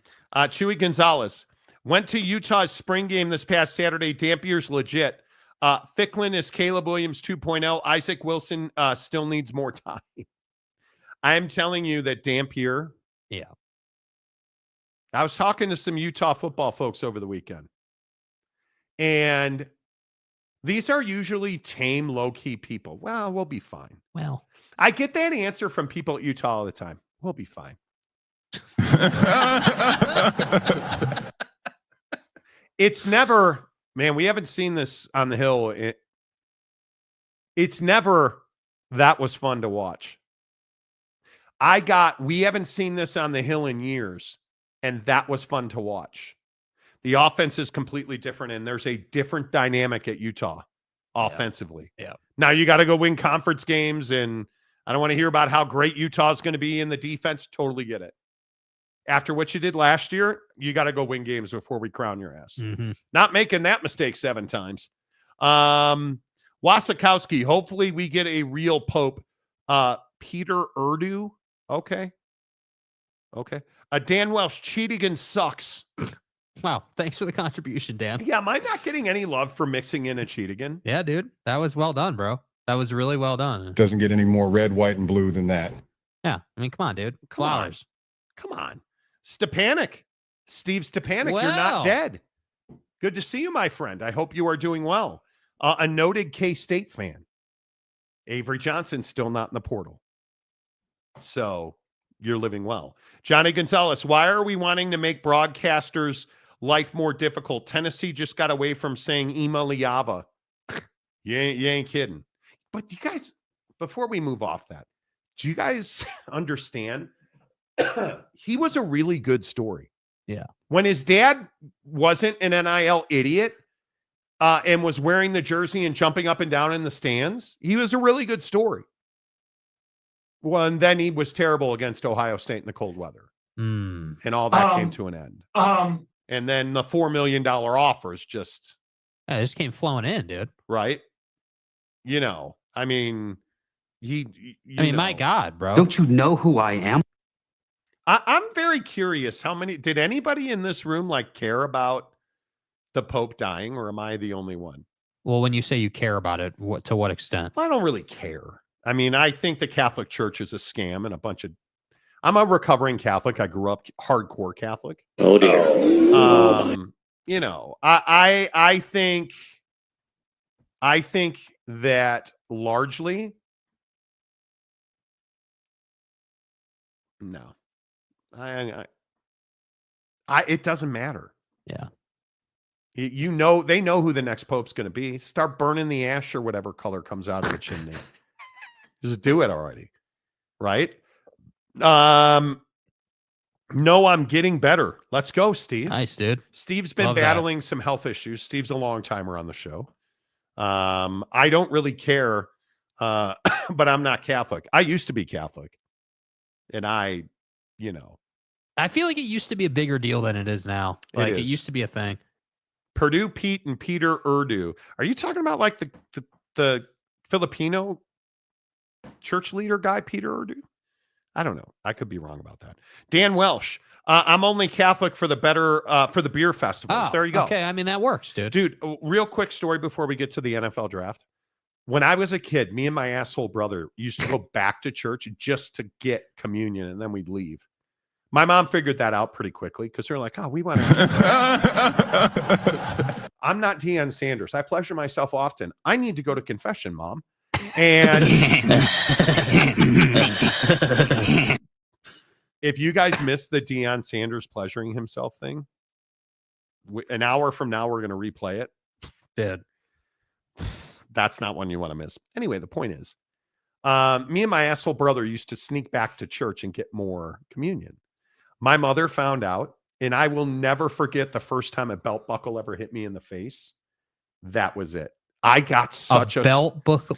My mom was absolutely a belt person. And I will never forget. And if you know, you know. I will never forget. She was so pissed. Because I was like. So back then, was it still like a stale cracker and everything? Oh, yeah. Yeah. And it was like real wine, and the kids got grape juice, and they lied to you about, dead guy coming back to life, all that good stuff. But the point is, ain't no reset. The point is, I just wanted the cracker, and she was not here for it. And I remember coming back home because I lived on a Lincoln Avenue in Chicago, right by the old Dyke Stadium, which is Ryan Field, the Northwestern Stadium. There is a massive Catholic church. Go look it up on Google Earth. I need maps today. I lived on Lincoln Avenue in Evanston, Illinois. Right across the street from my house, there was a massive Catholic church. We walked up there, got the communion, cleansed the soul, right? Strengthen the forearm, but cleanse the soul. Deion, take it easy. Went home and took a belt buckle to the face like you ain't never heard. And I'll drop that mother. Dude. Yeah, she was not happy about that. Brandon Butler is a fellow lapsed Catholic. I like this Pope, but I'm not sad about it. You mean you're not sad he's dead? Go ahead and say it. Some other older dude will wear the funny hat. There you go, man. Yeah, see, I'm at a point with there it where you go. Not only do I not know their names 9 days out of 10, I don't even know why I would like them or not like them. It's not something that I'm invested in. It's not something that's on my radar. Like it pops up and, I'll see it on X or, whatever. You'll see it around. Oh, dudes. Like I remember last week, dude was in critical care or whatever. And we all knew the end was coming. Well, no, he was dead. Then he was alive. Then he gave a speech and now he's really dead. So yeah, good luck, dude. Like happy voyage. My point is that I think I did so many things eventually I was an altar boy, like help, all that stuff. I did so many things that I'm like, dude, what made you think that saying that many Hail Marys for that long of a time was going to get you out of the trouble that you were never in for checking out her ass? You fucking donkey. Right? Like that, because that's what it was. That's what church was. Go to church because you store at your teacher's ass all day instead of focusing on the class. Your arithmetic. Right? Like, or when you were alone, not doing what Deion Sanders routinely does, that you're a bad person. Right? Like you're a bad person. Like all of the things. Yeah. When I used to steal wiffle balls, oh man, I almost bought a yellow wiffle ball bat. And I was at the store yesterday and they were selling those, the yellow wiffle ball bat with the white wiffle ball on top. Dude, I almost bought one. I was like, dude. But anyway, when I would go to the dime store in downtown Northbrook and steal a wiffle ball, or I would go to Keith Horowitz's house and duct tape pennies to a wiffle ball so I could strike people out with it. We did that. Really? We did. Oh yeah. Keith Horowitz and I were evil people because we lived right by a racket tennis club. Right. And then I had a park near my house that had a tennis court, but we used to play strikeout with a wiffle ball, fast pitch. Yeah. We called it strikeout, but fast pitch. And we always used to duct tape the wiffle ball so it would go further. Yeah. We used to tape pennies and dimes to those wiffle balls with duct tape. And we were really good at striking people out. It hurts your elbow a little more, but we were really good at striking people out. And then everybody got too brave and we started using tennis balls and golf balls. Dude, when you throw me, you miss your location with a golf ball and Monty's up at the plate, that golf ball ain't coming back. It ain't coming back. But anyway, the point is, that's the kind of stuff where I have vivid memories of lighting the Des Plaines River on fire. So I lived on the Des Plaines River, ran through my backyard, and we used to do cool things like pour gas into the river and light it on fire. You see, I'm a guy of simple taste. Go out in like 20 feet. But one time my mom you want to know who my mom was? My mom caught me and pushed me into the Des Plaines River. No. Yes, she did. Dude. And then it was, you're gonna go and you're gonna pray about that. Hell. You asked for forgiveness. And I always used to think to myself, nobody's giving me forgiveness, lady.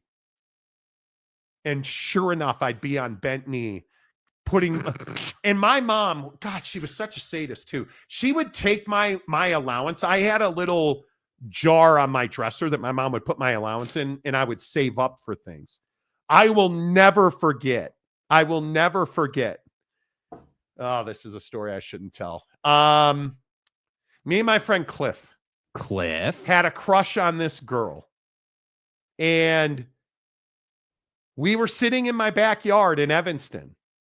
We had a garage at the back of my backyard, and we used to bounce a rubber ball off of it. And this kid, Cliff, who lived in our neighborhood, him and I used to play like catch off this wall. I will never forget talking about how hot this girl was. And I had no idea my mom was listening or close or whatever. Dude, for the next, it must have been 10 years, but it was probably like 15 minutes. Oh, yeah. How hot is she now? While I was doing the dishes. How hot is she now? I started having second thoughts. How hot is she now? When I'm taking out the garbage and mowing the lawn and Man, she really had that much of a problem with it. Oh, dude, bro. You look at girls, you're going to hell. I'm gay, you're going to hell. Shame. I don't have thoughts of sex. You're going to hell. Should have named you Deion. Right? Like, it doesn't matter in the Catholic Church. You're going to hell. Hey, I farted. You're going to hell. Like it doesn't matter, right? That's what growing up Catholic was like. So the Pope dying today, is what it is. You know. Yeah, fuck him. Yeah. No, okay, probably too much. Probably too much. I agree. It is what it is. Dude. But that's what growing up Catholic will do to you. I guess. Man. Damn. Yes, there were nuns I thought were hot. What Catholic kid hasn't thought that thought? I'm so bricked up right now. Dude, you have no idea what goes on in the rectory. Stay hard. You have no idea. You don't even know what that word means. Fat Jesus. Please forgive me, Fat Jesus. That was good parenting. Now you're too friendly with your kid and they grow up to break up via text. There you go. There you go. Jake breaks up with women via text. Stepanik. That's badass, Monty. Gas in the river. Dude, the Des Plaines River represented a lot of things. That's not even the worst thing, dude. No, there were many things. That's not even close to the worst thing, in my opinion. Bullets in the barbecue. Yeah, that's the one that I'm thinking of. Dude, so again, I lived next to a park. And I lived in a pretty nice neighborhood. My young adolescence, I lived in a really nice neighborhood. There's this park that has this gravel trail that goes to a lake. Well, you could, of course, you remember when they used to have barbecues in the park on a post, a metal thing, put some dude, we used to put bullets in there. We would start a little fire in there, put some bullets in there, and hide behind trees. And I will never forget. Multiple things come to my mind. I will never forget a bullet hitting a tree where Keith was standing. Like I'd hide behind this tree, he'd hide behind this tree. I have vivid memories of the bullet hitting the tree he was hiding behind. Like, it's just crazy stuff like that. Right? Okay, first question. Whose garage did the bullets come from? Oh, his dad. Keith's dad had a gun collection like your mom would never have allowed me. The things I did at Keith's house, I won't say his name out loud, but at Keith's house, the ding-dong ditching incident alone, but the absolute depravery that happened in his side house. Oh my God. Lopes fan gave it doesn't sound like the Catholic Church was the problem. The fact that Morty was an absolute degenerate hyena as a child was a problem. Tell me I'm wrong. You're not wrong at all. It is what it is. Had Methodist, Calvinist household. That was fun growing up in. Oh, the Methodists. Oh, the Methodists. Steve Stepanik. I grew up Lutheran. I was an altar boy. I was an altar boy who was not an altar boy, dude. I admit I had fun. I made out. I absolutely played grab ass, like all the stuff. I had a really good, until high school. My parents got divorced my sophomore year of high school. Until that happened, I had a really great upbringing. There were some incidents here and there and stuff. But overall, well within the boundaries. I was out past dark. I trick-or-treated without thinking about stranger danger. I had a really good upbringing until my parents got divorced, right? So we used to, I lived in an area where we all rode bikes until, during the summer, dude, we used to ride bikes until like 10:30, 11 o'clock. And then everybody had come to my house and my mom had something. My mom used to make those, you remember bunt cake forms, like the metal bunt, you make a bunt. My mom used to make that, but it was Jell-O. Everybody used to come to my house. I've, again, vivid memories of this. She would have Kool-Aid and Jell-O ready at all hours, like it was the guards at the gate. Yeah. Right. When the kids came over, we had Kool-Aid. We had Fig Newtons. I vividly remember we always had Fig Newtons. Yeah. We always had Nilla wafers. Like my mom always used to go to the Jewel food store in Chicago where we lived. And the generic Oreo cookies, we had a cookie jar. That thing was never empty. We'd ride bikes all night. When I lived in Evanston by the church, we would play. There was a guy who probably was a pedo. I don't know. There was an adult dude. And if he hung the American flag out front of his house, there was a tennis ball, baseball game in the park until dark. Eat your dinner, get to the park, bring a tennis racket to hit with, bring a baseball bat. And we must have had a dozen kids there playing. And then my mom would ring a bell when the sun went down and we went home. I had it that way, right? Yeah. So I had the luxury of doing things. I fell off my bike without dying. I lit rivers on fire without burning the town down. Right? But we also had a really good upbringing. Yeah. And I will tell you though, dude, she did not hesitate. When she put liver on the table that one time, and I was like, what? The backhand that I got with her wedding ring on, good Christ, that was uncomfortable. But that's how it was. Yeah. And I'm not dead. Probably better times. And I'm not complaining. Honestly, probably better times. And I'm not complaining. Yeah, simpler times for sure. For certain. Lopes fan Gabe, yes, you're exactly right about that.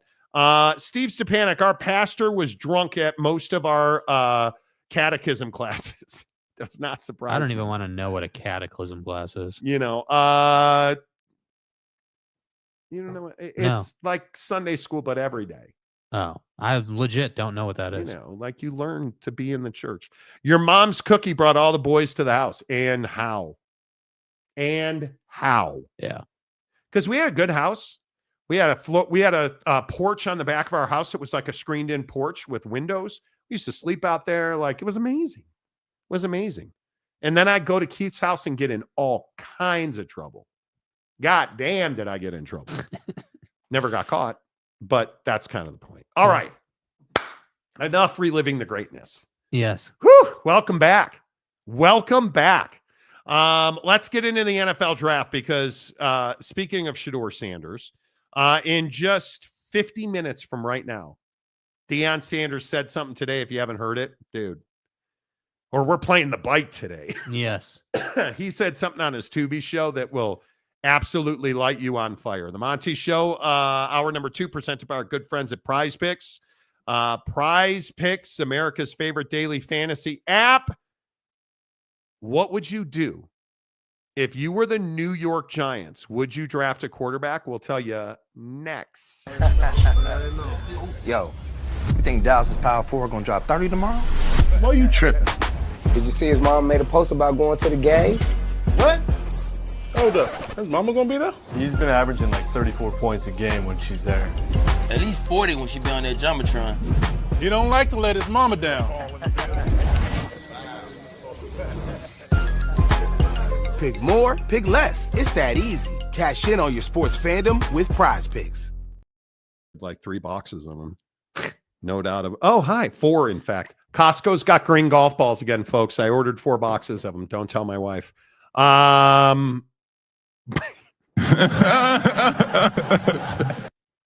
Okay. Quick golf advice. Don't buy used golf balls.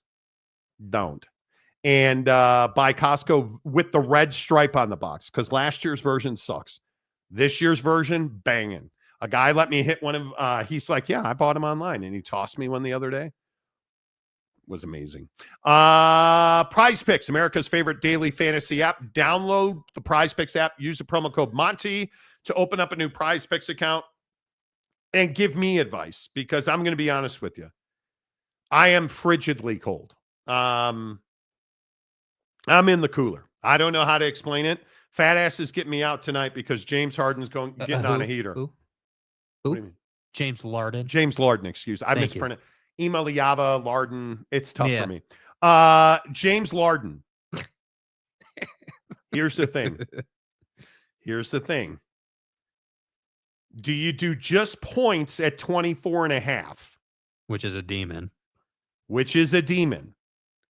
But his points, rebounds, and assist number is 34.5 on a goblin. I mean, 23.5 is his normal number. He's averaging 23.5. He's hit that 3 out of his last 5 games. The Nuggets are really good defensively, though. Yeah. So it makes me want to stay away from that a little bit. I just have a feeling about Jamal Murray. Going up against the Clippers, I mean, 10 rebounds and assists seems like a number that Jamal Murray should be able to hit. I could be wrong. Yeah. Where are you going on Clippers Nuggets? Do you lean one way or the other? I mean, I like the 24.5 points number. I do agree Denver is good defensively. So that makes me wonder, if they're good defensively, which version of that are we going to get? Because if they're good defensively, I agree. That could mean the points, rebounds, assists number would be harder to achieve than just maybe pure points for James. Yep. But it could also mean, as we've seen so many times on Prize Picks, that maybe you don't want the points number because you want more options and more ways to win. So for me, I'm more inclined to take a goblin on James, maybe for points, maybe go lighter on James. What do you think about Aaron Gordon? 24 points, rebounds, and assists. I don't mind that one.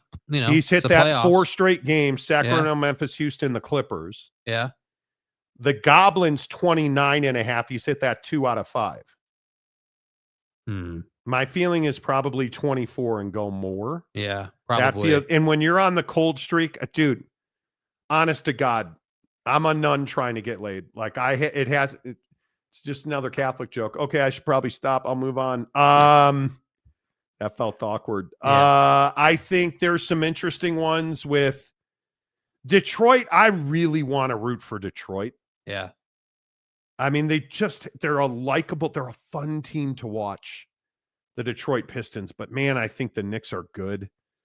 Well, I think the 20.5 goblin for Cade is, that's about as reliable as it gets. I mean, he's been over that his last 5 games, and most of those haven't been You're close. Buying that.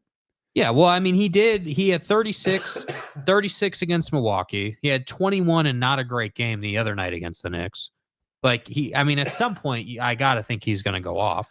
41.5 points, rebounds, and assists. He's hit 3 out of his last 5. The Knicks seem to defend him well. And I have to say the other number I like on Cade Cunningham is field goals made. His number is 10, which is not a goblin or a demon. That's just a straight up number. And he's hit that 3 out of his last 5, and he had 8 the other night. But he doesn't shoot a lot of threes. Like it's so just shots made. Yeah, I think is what you're saying there. Field goals attempted 22.5. Yeah, I think that's a lot against this Knicks. Yeah, defense. I think the made number is much. I suppose you could go less on that though. Yeah, I don't know. What does Bridges have tonight? Like, what is 2 pointers made? I think I got to go less. I'm going to go less than 18 2 pointers made. The other guy I really like tonight, Asor Thompson for Detroit. Well, that's he's a points, rebounds, assist guy. Yeah, there's opportunity there. I don't know. It's tough. Jalen Duran's got some interesting numbers. Asor Thompson, 14.5 points, rebounds, and assists is a gimme. That's a goblin for him. You can get that up to 24.5 if you want a demon. Yeah, I'm going to go 18.5. Oh. I'm going to go 16.5 points, rebounds, and assists on Asor Thompson. I'm going to go Aaron Gordon to have 20 tonight. What do you do with Luka? That's the next question. Because I think this is the game of the year for the Lakers. They got embarrassed. Yeah, they did. And I mean, you guys, that wasn't even close. They were never in that game. And I think I will again say the key guy in this postseason for the Lakers is not LeBron or Luka. It's probably Austin Reeves. But Luka's got to get going. And I think when you start looking at his numbers versus like Austin Reeves, 1.5 3-pointers made on a goblin. He should really hit that. He should really hit that. So I'm going to go. Boy, I don't trust Luka at all. Do you trust Luka? I trust him to score. Yeah. It's pretty rare that Luka goes 2 games in a row where he doesn't, have a big night in the scoring column. So Jackson Hayes, half a block shot on a demon. 3.5 points and rebounds. There's a little bit of risk in these, but I think Aaron Gordon for more than 19.5 points, that's a demon. So need him to have 20. Asor Thompson on a goblin to have 16.5 points, rebounds, and assists is a gimme. Why did you do that? And Luka to have 35 tonight. No, you're not getting in my head today. I always let you infiltrate the membrane, and I'm not doing it. What I'm doing. Aaron Gordon, more than 24.5 points, rebounds, and assists. Asor Thompson, more than 18.5 points, rebounds, and assists. You're going 18.5. Yes. Okay. And then And then Austin Reeves, 2.5 3-pointers made. He's going to make 3 3-pointers. I'm going to do a $5,000 flex play. I like it, dude. 5,000 on all three and like $2 on a 2 or 3. Yeah, I'm not doing that. I'm going to do a $20 flex play to win 45. There we go. So I'm going to leave it right there. I like it. Come on. Boom. Done. All right, there you go. 3 for 3, I win 45. 2 of 3, I win 25. That's why I love flex play. You guys play flex plays. Play flex plays. Understand it. And I'm telling you, that's the way to go. That is absolutely the way to go. Download the Prize Picks app. Open a new Prize Picks account using the promo code Monty. You deposit $5, they'll give you 50 more. Okay, that's number one. Number two, here's how you win. Flex play. That means you're going to make 3 picks. I'm telling you, 3-pick flex play. Don't get into all of this minutia in your head where you're like, oh, I'm going to do a 55-pick flex play, and I'm going to win it all. You're not going to win it all. It's 3 picks. That's all you have to do. 3. Not 1, not 2, 3. 3 picks. And all you have to do is win 2 of those 3. And Prize Picks is going to cash out. It's that simple. Download the app. Open a new account. Use the promo code Monty. You deposit $5. They'll give you 50 more. You can play all season long in Major League Baseball on $55. I'm just telling you. Let it ruminate. My greatness begins tonight. My greatness begins tonight. I feel it from my loins. I can see it ahead of time. Okay. I can't see it ahead of time because I'm not good at it. Who is the beloved Buffalo Bills getting the pick in the draft? Let's talk some NFL, because then coming up in 9 minutes, I do want to get to the NBA, because yes, we're all in the pooper for Cooper, friends. We're all in this one. We're all in the pooper for Cooper right here. Cooper flag came out. Damian Bolden. No, he went into the draft. Yeah, can we clarify? Giants, Saints, or Steelers for Shedeur. Now, I think this is where this gets really interesting, and I know we've talked about this a lot on the show.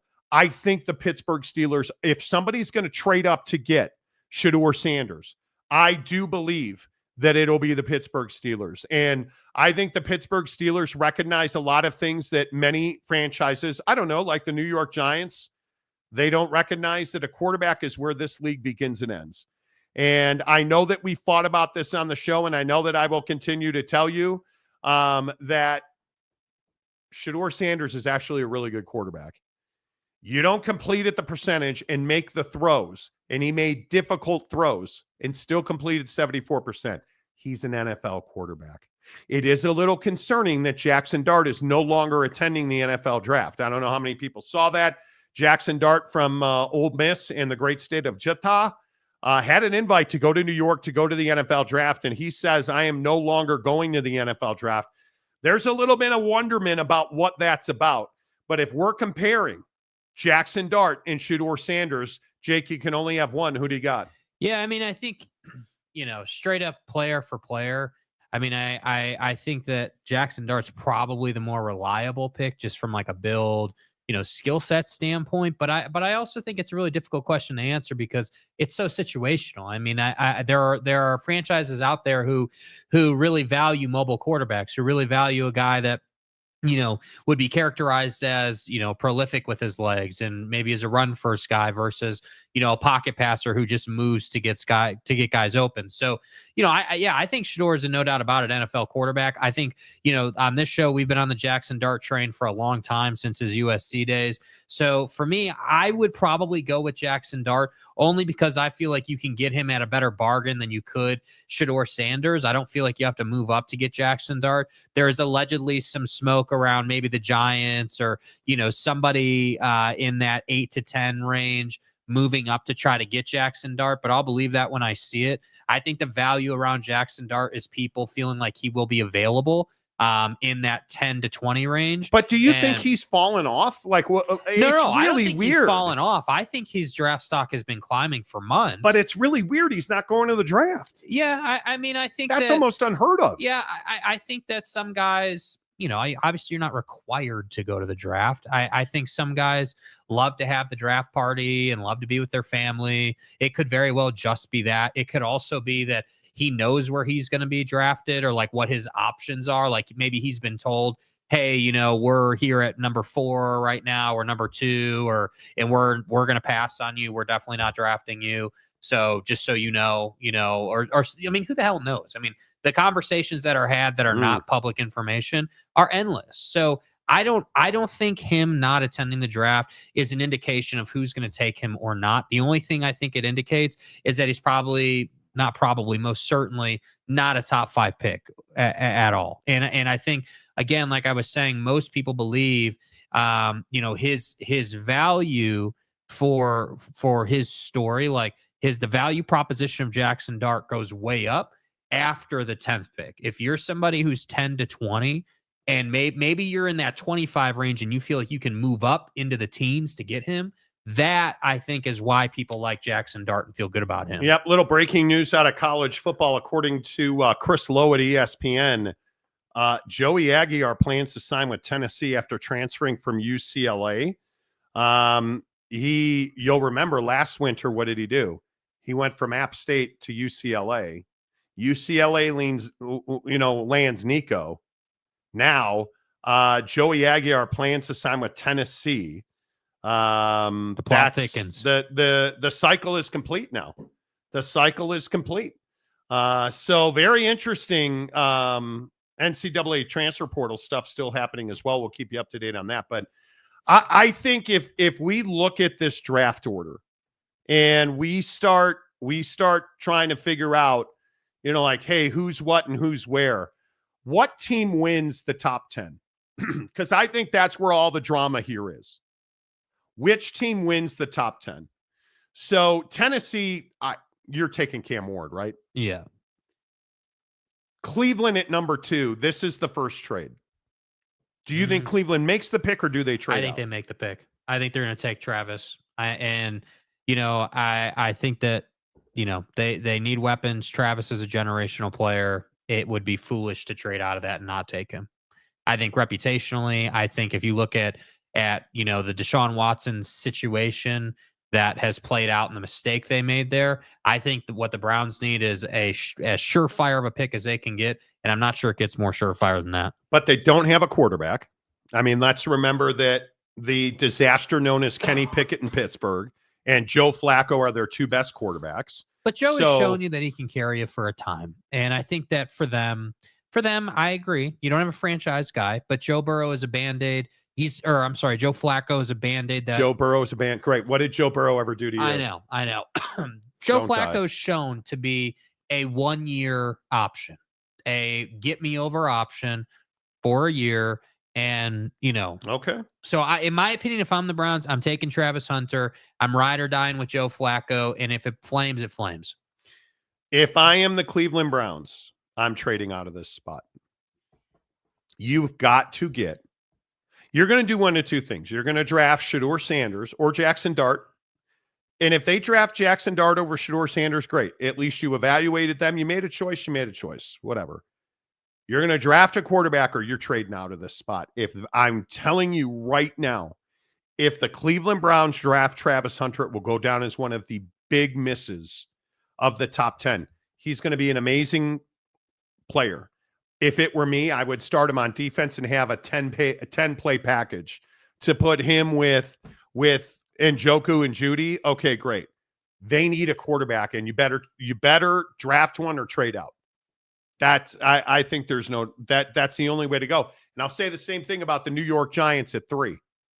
And as much as I like Abdul Carter, hell, if I'm the Cleveland Browns, you can't. There's a lot of people who think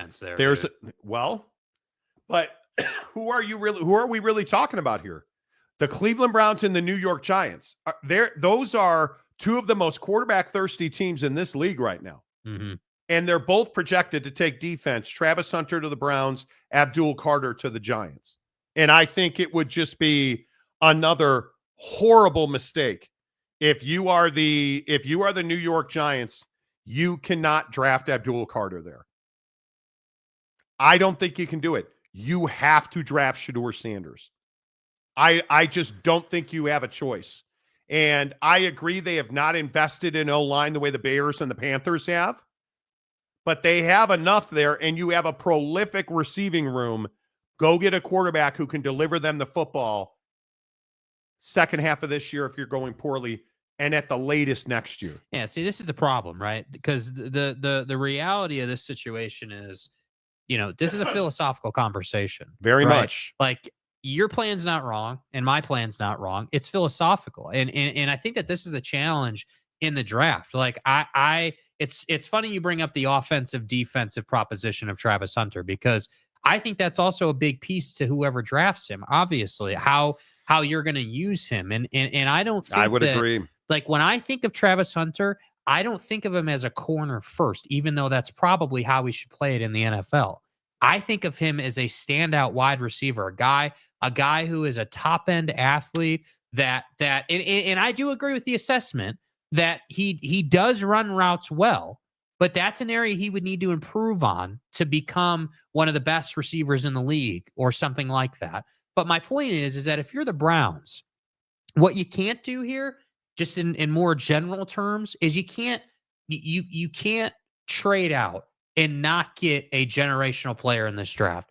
There are multiple options, whether you want to go Abdul, right? Because he's going to be a great edge rusher. That's probably, I mean, let's be really generous and say that's 10 to 12 seasons with Abdul Carter coming off the edge if it worked out perfectly. Okay, cool. Abdul, Myles Garrett, you're cooking with gas, defense is set. Okay, fine. That's not the route I would go, but I could understand it. I personally would take Travis Hunter, and then I would try to finagle my way into a mid-round, maybe second round. What if the Raiders call and offer you the world for that 2 spot? Well, you go down to 6. You know what I'm going to say? You still get a really good quarterback or a generational player at 6. If you want to go down to 6, okay, that's a conversation. At 6, I'm probably I'm going to try and get Jackson Dart at 6. Assuming Shedeur's not there, of course. Assuming, because the Raiders would trade up to get Shedeur. Yeah. I think if you're the Giants but do you and see the what Browns, I mean, how easy this would be to mess this up if you're the Browns? Because I agree, the Titans, if they trade out of that, you're done. You need a quarterback. Should be Cam Ward. That should be just no question about it. But the Browns have this propensity to mess this up. And I would remind you what the Arizona Cardinals did 3 drafts in a row and what the Bears did as well. Hey, we're going to draft a guy. It's not going to work out. We're going to be bad again, get back up into the draft and do it again. So I'm just telling you, like, when you are this bad, you have to get this right. And I'm telling you, drafting an edge guy is not getting it right, in my opinion. And I love Abdul Carter's upside. I love he can play the run. Yeah. I love he can be a rusher. I think he's dynamic. If you are the New York Giants, you've got to get a quarterback. Yeah. You don't have a franchise, and I don't care how good your defense is. Why are the Pittsburgh Steelers looking for a quarterback right now? Because they had the same quarterback the New York Giants have last year in Pittsburgh. And they flamed out of the playoffs because they couldn't drive the ball down the field. And now you got one of the better down the field wide receivers. Mm-hmm. And you're telling me that you traded for DK Metcalf to not have somebody throw him the football? Come on. The Steelers are all in on getting Aaron Rodgers and a quarterback. Why are the New York Giants not all in on that? I think it's all smoke and mirrors. I think the Giants are taking the best available quarterback at 3. And I think their guy is Shedeur Sanders. And I think that's where that will go. Nobody would blame them for that. Nope. And if the Jacksonville Jaguars take anybody other than Mason Graham, I should be able to hit Shad Khan in the face with a 2x4. Or a belt buckle, but same thing. Same thing. I should be able to hit him in the face with with a blunt instrument, because this is the most no-brainer pick in the NFL draft, right? And I am not kidding. The Jacksonville Jaguars have got to have a defensive tackle. They've got to have a game wrecker in the middle. Has there ever been a better game wrecker in the middle coming out of the draft than Mason Graham projects to be? No. Come on, that is the no-brainer of the world. Jimmy Gladstone is a guy that had Aaron Donald with the Rams. He knows. He's the operations guy now. their general manager in Jacksonville. He knows. Yeah. And I am telling you now that if you put him with Trayvon Walker and Arik Armstead, come on. That's one of the best defensive fronts in football. Go do it. This is where it gets interesting. Because I think the next Chicago Bear will not be drafted by the Las Vegas Raiders. Because the Raiders right now, if they're at 6, they're projected to take Ashton Ginty, who's going to be a Chicago Bear. I think the Raiders are trading up to number 2 or number 3, would be my guess. I think number 2. I think the Browns will draft at number 6. And I think they're taking Jaylen Walker out of Georgia. Because damn, really? Yes. That kid's a stud. He is. I'm telling you, that's where you go. Okay, so for the Browns, you trade to 6. Yes. You get Jaylen, and you might look at Jackson Dart there.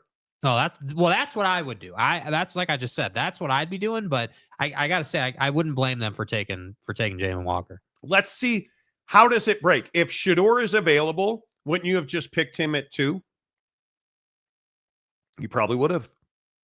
If you're the Giants, and I think this is the question, how do these teams grade Jackson Dart? Allegedly highly. Well, he's projected 21st by most people to the Pittsburgh Steelers. Yeah, but I think... Is Jackson Dart going to be around after 20 picks? You listen to Dan Orlovsky, and the Steelers are hard over Jaylen Milroe. Well, and they want that, and they allegedly, according to reporting, league executives, and it wasn't just the Steelers. There are league executives who believe that Jaylen Milroe is a more prolific runner. Okay, of Lamar Jackson than Lamar Jackson. Don't do it. Don't do it. This is crazy to me right here. I don't need a new Lamar Jackson. What I don't also need is another Anthony Richardson. Wait, did you say AR2 RG3 or what? RG3? You know, the MILF Hunter. I think. Listen, Jaylen Milroe. He is the best non-throwing quarterback in this draft. Can he run? Yes. Do I want to go? If I'm the Pittsburgh Steelers and I just got DK Metcalf. Here's the argument. The argument allegedly is that if you're the Steelers, you're saying to yourself, and this is what Orlovsky said, hey, we have to play this guy again and again and again and again. Lamar Jackson, right? We're seeing him again because he's in our division, obviously. And Orlovsky is saying, hey, his passing deficiencies are not as bad as people are making them out to be. And he is a better runner, a more prolific runner with the passing or with the blocking wide receivers. I agree. But this is the argument being made for Buddy. So when you ask me, hey, Buddy, what's Pittsburgh going to do? Is Jackson Dart going to be available at 21? I think you said they're drafting it. Yes. No, probably not, dude. Probably not. So the question is, if the Raiders trade up to get Shedeur, Buddy, and then the Browns are at 6 and they take non-quarterback, if you're the Steelers looking at your in-division rival, are you not trading up then to go and get Jackson? Yeah, you're trying to get to the Jets, I guess. I get, right? Like, come on. But is Pittsburgh making a trade with the Jets? And vice versa? Aren't you more likely to get a deal done with Carolina at 8? You're going to get Jackson Dart at 8. Yeah, you are. But you guys, this is where teams screw up the draft. Yeah. This right here is where teams screw up the draft. And this is where Calford screws up his bank account by giving 10 Monty Show. Nice. Go pick him up. I'm telling you, if you guys don't have a membership on the show now, Reggie April from The Sopranos, DJ Twista, Ocean View Coffee Shop, hey, Zexel Gaming, Keith 08, Pyro OG Maniac, Okay. Mark Miller and Hank, just Hank, as well as Robert Keeler, all received memberships. We read comments from members pretty much, with the exception Johnny Gonzalez, some others. Those that have earned the right to. Yeah, sometimes when we choose violence, we'll read Ferris's comments. But if you're a member, we're going to read your comment. We even read Oak State James calling his wife ugly. Yeah. You know, proof is in the pudding. Illumindursky. I think it's a safe bet on Prize Picks that whatever Cleveland does with the first pick is a bust, probably. Well, I mean, but do you guys understand what I'm saying about these teams that don't have a quarterback right now? What is it saying to you that the New York Giants don't have a quarterback? The Chicago Bears, until last year, didn't have a quarterback. Look what Jared Goff did to transform the Detroit Lions offense, right? You look at the history of this league. Tom Brady in Tampa. You look at Patrick Mahomes and the scumbag Kansas City Chiefs. Look at the best teams in the league. What about your boy, Aaron Rodgers? Why hasn't he signed yet? We're sitting around here waiting. Where is Aaron right now? Why do you say stuff like that? Like what? Your boy. Well, he's your guy. You guys going into the hall together? Yeah, you watch his documentary. Yeah, I've been immunized. I watch his documentary for educational purposes only. God damn it. You just won't. I can't, dude. I can't. I never thought that you would. Did you watch? Have you watched No. The Godfather yet? No. You're on me about Aaron Rodgers' documentary from a guy who still hasn't watched The Godfather. Yeah. Zip it. Just saying. Don't talk until you're 25. Okay. My point is, I don't like Aaron Rodgers. Aaron Rodgers has a lot of gas left in the tank here, boys. And I'm telling you, if you're the Pittsburgh Steelers, why have they not signed him? Because I think this is. I think they want to sign him. I think he hasn't signed yet, and I also think he'll be a guy that you'll wait till post June 1st. I also think is this league. Excuse me, I apologize. Is this league not waiting for Kirk Cousins? Yeah. Another big question in the draft. You know, why hasn't anybody traded for Kirk Cousins? Because let's build leverage. The Falcons have handled this perfectly. Yeah. Well, you should have never signed him and then drafted a quarterback. But other than that, yeah, Michael's Penix. Big Penix energy. Yeah. I think when you look at Kirk Cousins, wait for the draft and then see who fails. When the Browns don't get a quarterback, make the phone call. When the Giants don't get a quarterback, make the phone call. Agreed completely. And now I think you owe him $45 million this year. And allegedly, what'd you say? They're asking for $20 million of that? They want potential trade partners. Come on, man. To pay about 40% of that number, $20 million. And allegedly, teams are not willing to pay more than 10. Yeah. So I think that I would agree. If you're the Falcons, you need more leverage. You need more, ways to lean on teams to get them to pay that. Hundo P. And, I do think it was a mistake to trade for him. But I also think the Achilles situation with Kirk is something that people seemingly are just looking past. I'm not saying he's going to re-tear it or he's going to re-injure himself. What I'm saying is he's not necessarily the same guy he was before the injury. But I also think Aaron Rodgers, he's somebody that when you look at Achilles injuries, obviously old man Rodgers, right? You look at Achilles injuries, and I will again tell you that Aaron Rodgers was a top 10 quarterback in the NFL last year. And even though certain people, and I'm not trying to point anybody out. Please, I embrace it. But certain people want to tell me that Aaron Rodgers sucks and he's old and he's a pain in the ass and the numbers don't matter. I've never said he sucks or that it doesn't matter. What I'm saying is he's old. He is old, and I think that part of it does matter. You said he makes poor choices in women. He does. He does. But I also think that I part company with anybody who says that you put him on your team, you're a Super Bowl contender. I disagree with that. If you put him on the Pittsburgh Steelers, I didn't say any team, right? You are on the Pittsburgh for whatever Steelers. Reasons. You're a Jacksonville Jaguar fan. You guys figure it out. Five-head, you know. But I'm not saying you can't put Aaron. Who's the worst team in the NFL? Five-head. Okay, Jacksonville. Let's say Jacksonville, Carolina, Cleveland. You put Aaron Rodgers on Cleveland, they're not a Super Bowl contender, right? You put him with the Pittsburgh Steelers defense and DK Metcalf, that offense, the offensive line, bro, that's a Super Bowl contender in that division.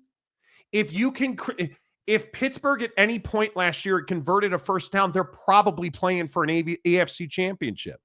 Now, were they better than the scumbag Kansas City Chiefs? No. But could they have won that game if they'd had Aaron Rodgers? But see, that's not fair, right? Because we're not saying, hey, would they win the Super Bowl? We're saying, are they They're a contender? A contender. Last year, if Aaron Rodgers had been the quarterback instead of, God's plan, Russell Wilson, I am telling you right now, let's ride. Let's ride. The Pittsburgh Steelers would have. Let's ride. Or not. Let's ride to Pittsburgh. But if Aaron Rodgers had been there instead of Russ last year, and he'd have performed the way he performed for the Jets in Pittsburgh, that team's playing for an AFC championship. Yeah. And I don't necessarily disagree with that, but I have to say, for me personally, the proof is certainly in the pudding, in that there wasn't. Would you agree that if and probably when he signs with the Steelers at this point, I would guess that the pressure to go out and actually do that is more than it would have been in New York? Would you agree with that? Yeah, because I think all the Super Bowl pressure was year one in New York, and he was there about 37 seconds. Yeah. Or however long it was. Yeah, he basically took the flag on the field, and that was it. And that was it. So that's interesting. I think that the one thing we learned, and I never thought I'd say this either, the Jets treated Aaron Rodgers horribly at the end here. Mm-hmm. If we believe, and we have no reason not to, if we believe the story that Aaron Rodgers is telling about the way he was treated in New York with Aaron Glenn, and did you hear it? Let me tell you, just in synopsis. It's important. Hey, Aaron, we want you to fly out to New York. Let's talk about the future. Okay, great. Send me a ticket. I'm there. Boom, done. Airplane, Jets office. Walks in, Aaron Glenn is sitting there. Hey, Aaron, nice to meet you. Aaron, okay, cool. Yeah, we knew each other. Okay, cool. I'll be right back, Aaron Glenn says. Walks out of the room. Not how you feeling? Hey, man, how's the ayahuasca? Does that really make you shit yourself? How's the Achilles? Hey, is it really that dark in that room, or do you have a little light creeping in? Right? Like, no cordial conversation. Is Olivia Munn really crazy? Is Danica Patrick really built like a teenage boy? Have you ever, gone to the spank bank? Because Deion says do you pleasure yourself? Because Deion doesn't. Yeah. Just a normal guy conversation around life and stuff, right? No. Hey, Aaron, good to meet you, Aaron, Aaron. Yeah. Hey. Key and Peele. Anyway, the point is, where is Aaron right now? They sit down at the table, and he walks out the door. And Rodgers is like, where did Aaron go? Oh, he went to get the general manager. Cold-blooded, clean, methodical, and thorough. Okay. I understand. General manager, coach, cool. Not, hey, what's your vision for the football team? General manager, Aaron Glenn. Aaron, do you want to play this year? Yeah, I think so. And according to Aaron Rodgers. Allegedly. Hey, Aaron, do you want to play this year? Yeah, I think so. We're going in a different direction at quarterback. Thanks for everything. The opposite of hope. Not, hey, I wanted to share my vision with you. Let's talk football. Where's your mind at? Where's the motor at? How you feeling? How's the Achilles? Are we going to do this weird dark retreat shit? Are you going to go on Pat McAfee's show every week? Let's talk about it. I'm a good listener. Let's massage this. Do we have the ingredients to make the soup? No. Hey, do you want to play football? Yes, we're going in a different direction. Have a nice day. Limousine, back to the airport, back to LA. See you later. He was there 15 minutes. You flew his ass all the way out to New York to tell him you're moving on? And that the only he claims on the Pat McAfee show, Aaron Rodgers claims the only question they asked him in that meeting of substance was, how do you want to handle the release? We just want to know how you want to handle it. The Jets are jetting even with Aaron Glenn. This is a huge mistake to handle it that way. If you wanted to cut him, you should have called him and said, hey, we're going in a different direction. I'm calling you because I want you to know next Thursday at 2:00 in the afternoon, we're going to release a statement telling people we're going in a different direction at quarterback. We're releasing you. Right. Instead, they flew him out for a 15-minute meeting where they said, we're going in a different direction. And they were hoping he'd retire. That's what the obvious inference is. You're going to retire, right? Oh, you're not? Okay, we're going in a different direction. So now Aaron Rodgers, the question is, does he want to play? Yeah. Is he motivated to beat the hell out of the Jets? Yeah. Aaron Rodgers was a top 10 quarterback in the NFL last year, and you put him on the Pittsburgh Steelers, that's an AFC championship team, a Super Bowl contender. That's all I'm saying. Is he a Hall of Famer again? I have no idea how good he'll be. He's still a Hall of Famer. He will. Right. No, I just mean, will he play at the peak Aaron Rodgers level? Right. Probably not. Yeah. Is he good enough to win a Super Bowl? Absolutely. I don't care about the hole in the ground crapping himself stuff.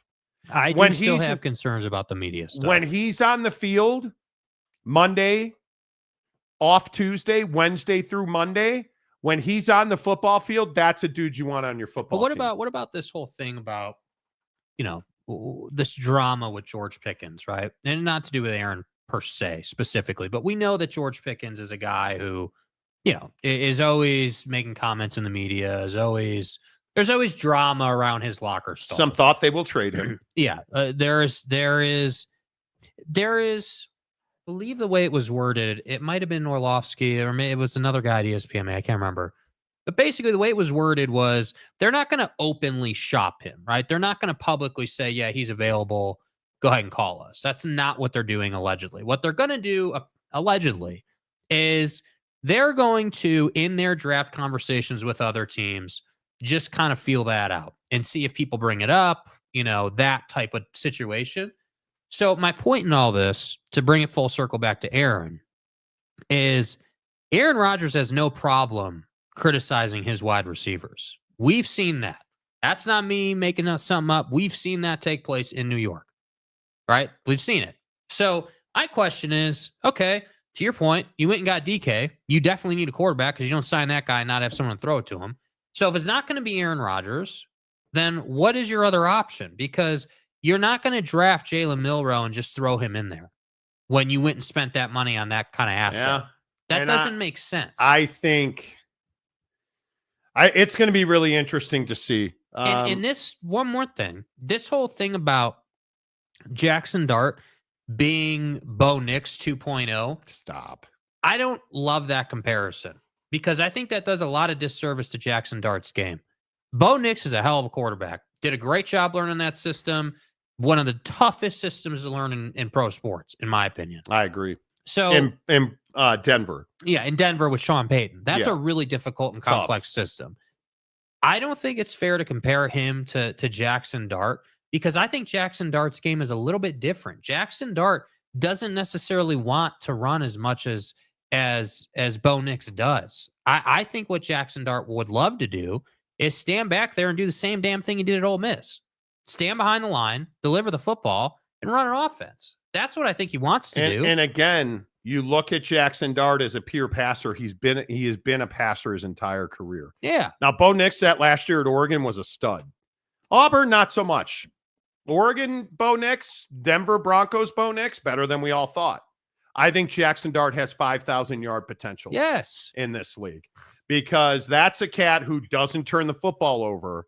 And I think he's far more dynamic as a passer than a lot of people had Bo Nix being. So why, if you're the Steelers, and this is my point to bring this full circle on what Orlovsky said on ESPN today, why would you, if you're the Steelers, take a run at a guy like Jaylen Milroe, who's got major passing quality concerns, when you just went out and signed DK? Yeah, I think that's a huge mistake. Why would you not? If you're going to go the draft route, like if you're going to sign Aaron, let's say after the June deadline, and then you're going to draft a young guy for him to mentor, if that's the plan, why would you not go after Jackson Dart?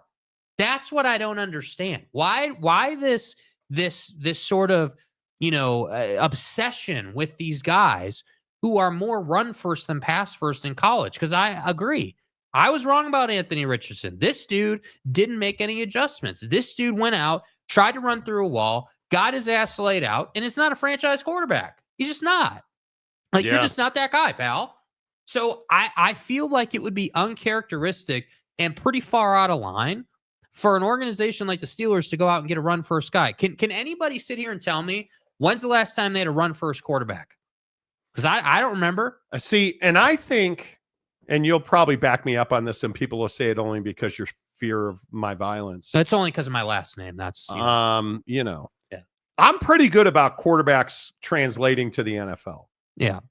And I've been telling you, Richardson was a bust. Yeah, and we had epic meltdowns about him. Yeah, we had brawls on the show. I really did, honestly, and I'm more than happy to be accountable to it. I really thought that he was going to adjust because it's not a question of arm strength. It's a style of play with him. It is, and I will continue to tell you, the kid never read defenses at Florida, and he's not doing it in the NFL. Yeah. And so I look at Shedeur Sanders. That's the number one thing with Shedeur. I'm telling you, Cam Ward's not that dude. I'm telling you that Shedeur Sanders is the most intelligent quarterback in this draft. And this isn't he's articulate. That's not this kind of conversation. You look at Shedeur. He studies. Yeah. He understands what the defense is trying to do to his offense, and he understands what he has available to him in the offense to defeat that defense. And he always knows where his wide receivers are. Couldn't agree more. So I look at that. I see similar things, although I think Shedeur's better. I see similar things in Jackson Dart. I think like Tyler Shook's a very interesting guy. I think that dude is going to show up every week in the NFL wearing a mask and a gun because I think he's going to rob I feel somebody. like he's got that old name Phillip Rivers vibe to him. I don't think he'll ever even be that good. I think you put that cat in the NFL, he is Chase Daniel. He is a back. He's a QB2, man. Really? I don't think Tyler Shook. I saw all I needed to see at Texas Tech. That kid bailed on that program. Yeah. He wasn't willing to put the work in my opinion. I think Tyler Shook is a backup quarterback in this league. He's a Case Keenum. That's who he is. Case Keenum's interesting. Right? Yeah, that's who he is. And in my opinion, I look at Shedeur. I think the only two superstar quarterbacks in this draft are Shedeur Sanders and Jackson Dart. And I think Quinn Ewers is very close third. So where's Cam Ward come down then? I think Cam Ward is going to be a very, very, what's the right word? Project? Certainly. He does not, if Cam Ward is well studied, he ignores the work he has done to make plays that his heart wants to make. I don't need quarterbacks throwing footballs with their heart. Yeah. I need quarterbacks throwing footballs with their brains. Yeah. And Cam Ward, it's what I talked about all season long with Cam. When you run to the right boundary, the right sideline, and you throw that ball back inside, you're screwed. Go watch the Louisville tape. And he does it repeatedly. Now, does he also make incredible throws to the back of the end zone to win games under review? Yes. Tech. Does he have incredible moments? Yes. Those guys don't win NFL championships. And and again, this is probably part of the conversation. I only draft quarterbacks to win championships. That's it. I'm not drafting a quarterback to be a placeholder. I'm not drafting a quarterback. What's the most important attribute in a quarterback if you're drafting? Intelligence. I need a guy that's intelligent because if he's intelligent, I can teach him. It's always nice when you have a quarterback that is intelligent and a natural born leader. Now we're cooking with gas, because most guys, especially rookies, there's very few Peyton Mannings. There's very few Tom Brady's right out of the gate. I mean, pick your guy that Patrick Mahomes. There's just really very few of those guys. And most of them go in when you hit a home run like that, most of those guys land in systems that absolutely build something for that quarterback. It's what's wrong with Trubisky. It's what's wrong with Justin Fields and Brock Purdy. what I worry about. Well, hang on. What I worry about with Caleb Williams. Have they ever had a general manager and a coach build a system around them? They haven't. And now Caleb's done that, and he's doing well. When I look at somebody like Brocktober, there are some really bad personnel decisions being made in San Francisco. And again, and then we're going to get to your comments, and I appreciate everybody contributing. Here's one. Here's one for you. How much should the Sam Frogs Disco 49ers? How much should the Santa Clara 49ers? Should they be paying Brock Purdy $50 million? Not according to Puka Nakua. Purdy, is he going to get a 5? I don't think so. Do you think he's going to go with a 4? It's going to start with a 4. Yeah. A high 4? No. I think mid 4. Mid 4. A 45? I think so. I mean, I think if he does that, that'd be smart for him and them. Yeah. I mean, I think he seems like a smart guy. I think they have a chance to still be in their window. And I think if he goes for a 5, that the window closes. I totally agree. Yeah. I think Brock Purdy's a good, not great quarterback. I think when you look at a situation like that in San Francisco, it's great that George Kittle's lifting tons of weight this offseason, and they can't keep people healthy, and they pay the wrong guys. And when they pay those wrong guys, they always get hurt.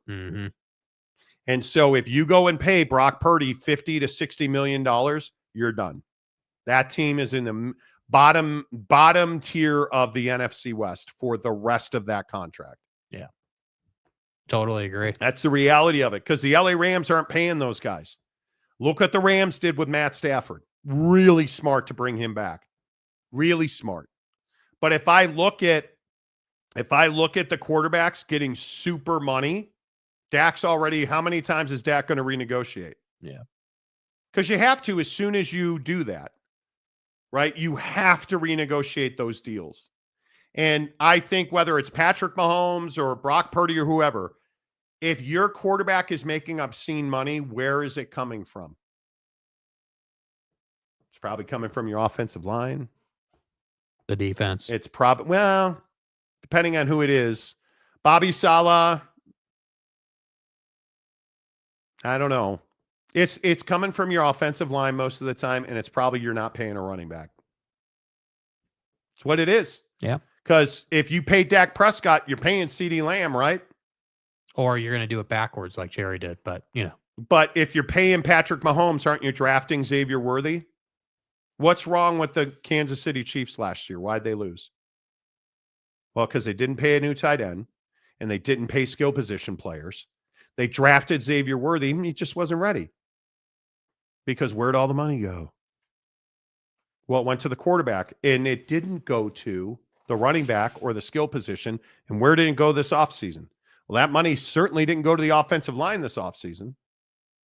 So if you're the San Francisco 49ers, you've had major attrition on your roster this offseason. Maybe they're putting themselves in the right position. You better win the draft, and you better keep Brock Purdy's number under control. Yeah. That's as simple as it can be. Because again, I go back to a guy like Jaylen Milroe and Anthony Richardson.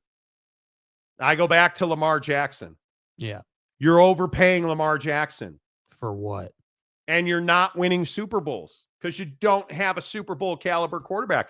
Listen to Dan Orlovsky talk about Jaylen Milroe and Lamar Jackson. More intrigued with the Steelers and Jaylen Milroe than I was 2 or 3 weeks ago. I would start with this. I don't think that there's a team in the NFL that is in a worse situation when it comes to the quarterback position than the Pittsburgh Steelers.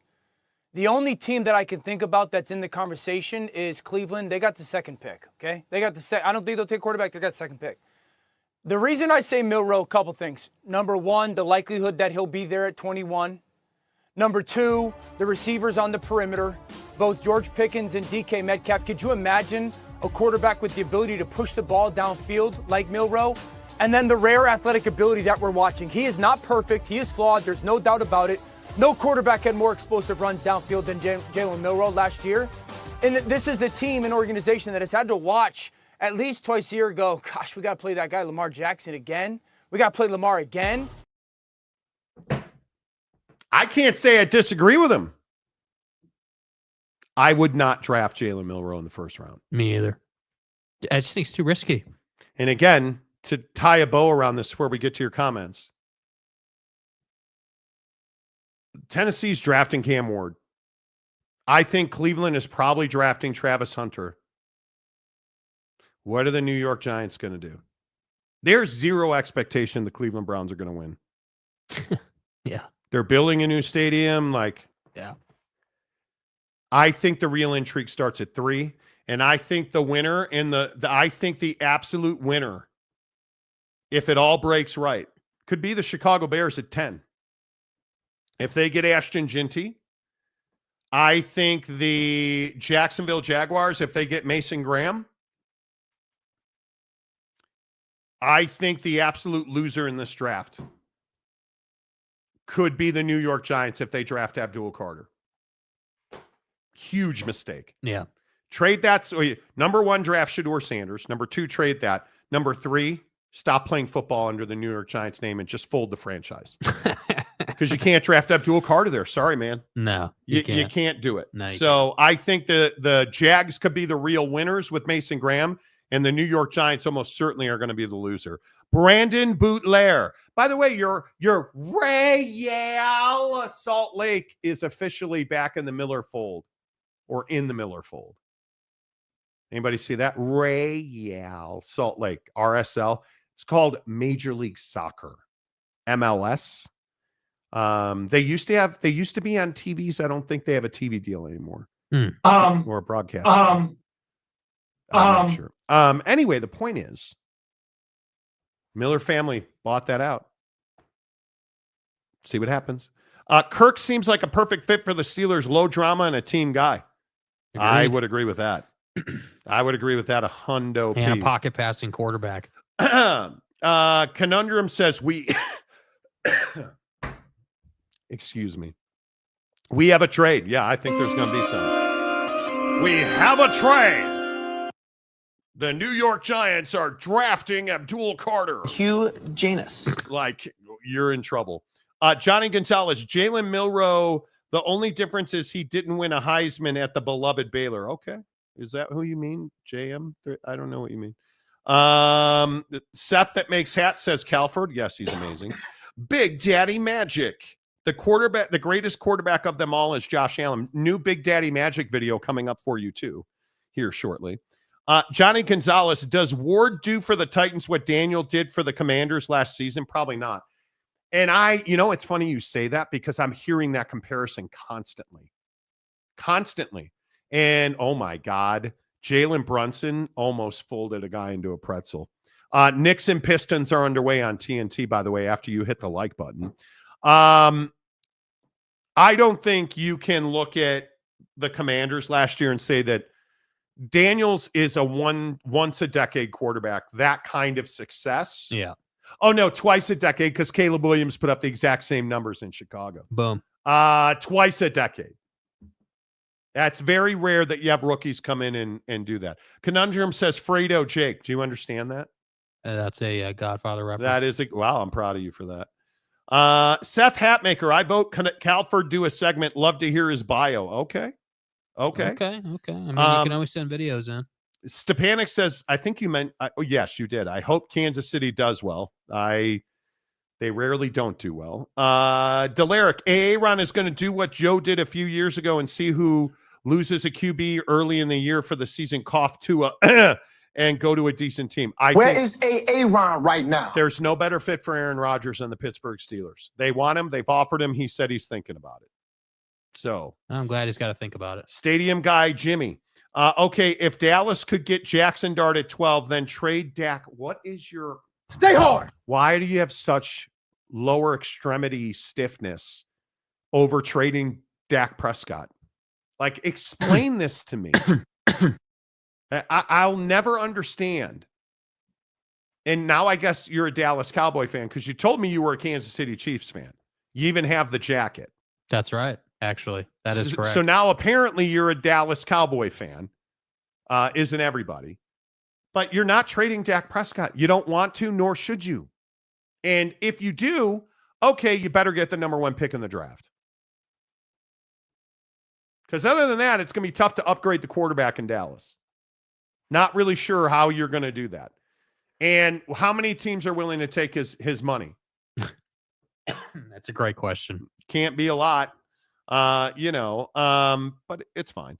Brandon Butler, Raj will have complained if they didn't do it by phone for not having the guts to do it face-to-face. Rodgers is going to cause drama either way. I love that. I love it. Jeremiah Champion, maker of men, educator of the young. Probably too much. Finally off afternoon, fellas. Hello.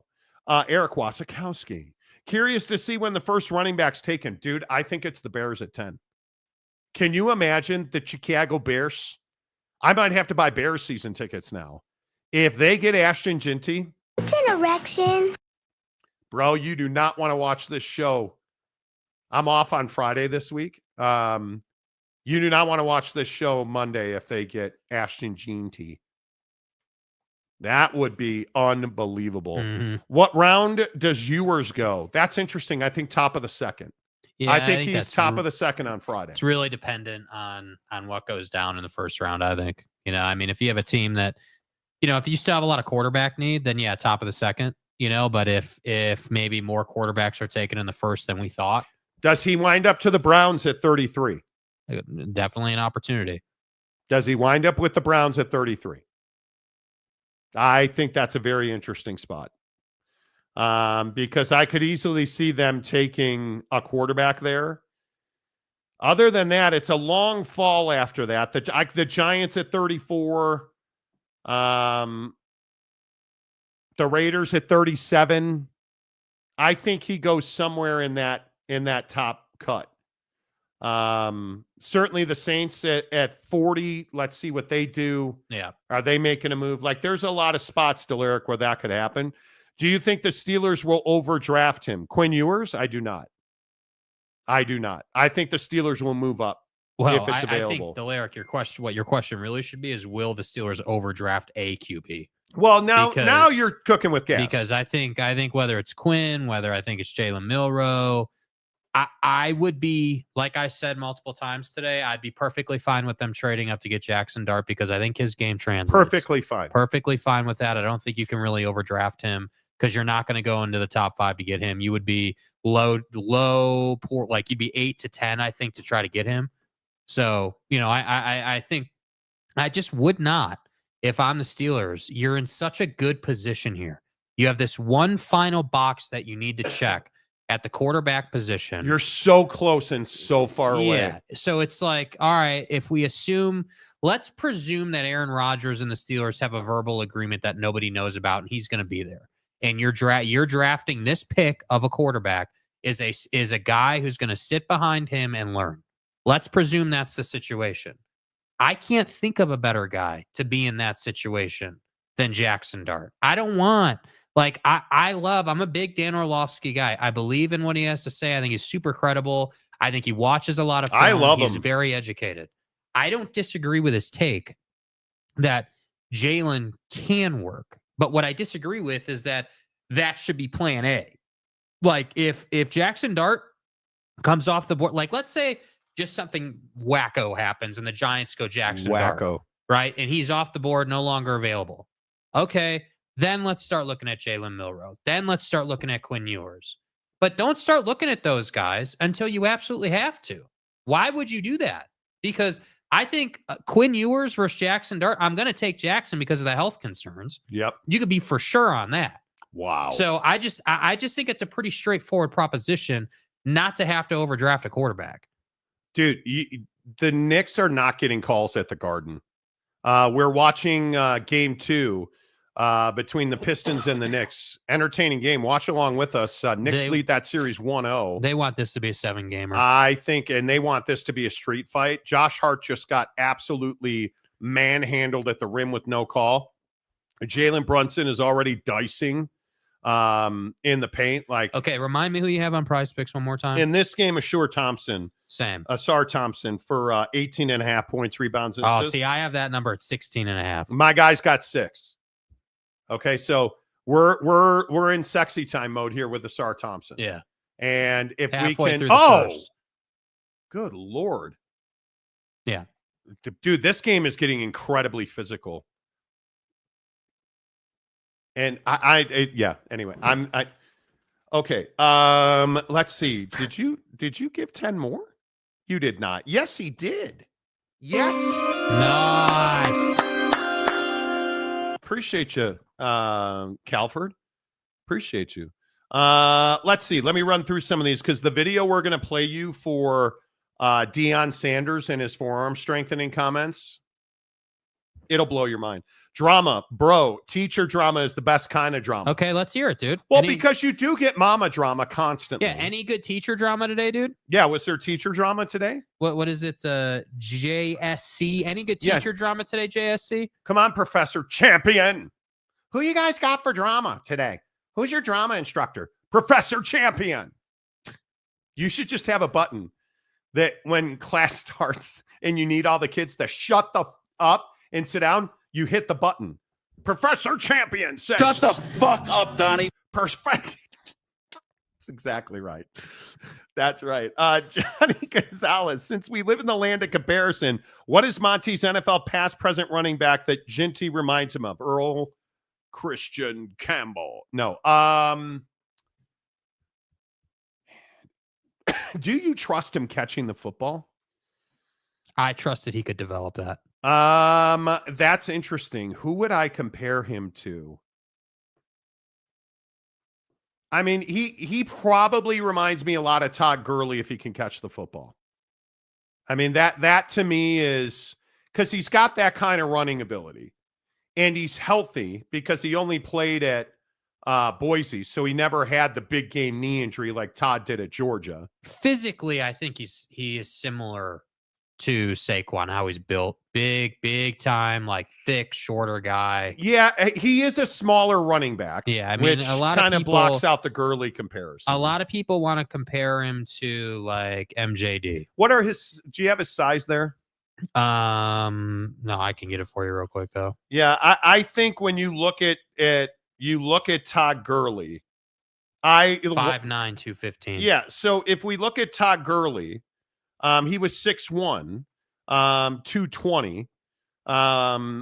So he was a bigger guy, but stylistically they run very, very much the same. I think you can't look at a guy's measurables and say he's just like, because he's not like Maurice Jones-Drew. Tomlinson's height and weight? Well, that's the other guy that I would say he was comparable to. Because when you look at LaDainian, now I don't like comparing guys to LaDainian because he's, I think, might be the second best running back in the history of the NFL. Yeah. 5'10", 215. LaDainian, I mean, if you asked me, so that's pretty much a like for like physically. Yes, but if you asked me, LaDainian was also a ball catching machine. Yes. But if you asked me for the 3 best running backs, I'm going to say Barry, Walter, and LaDainian. You put them in order. I'm fine with that. But Frank Gore. No, Frank Gore's great, but Frank Gore was battering ram.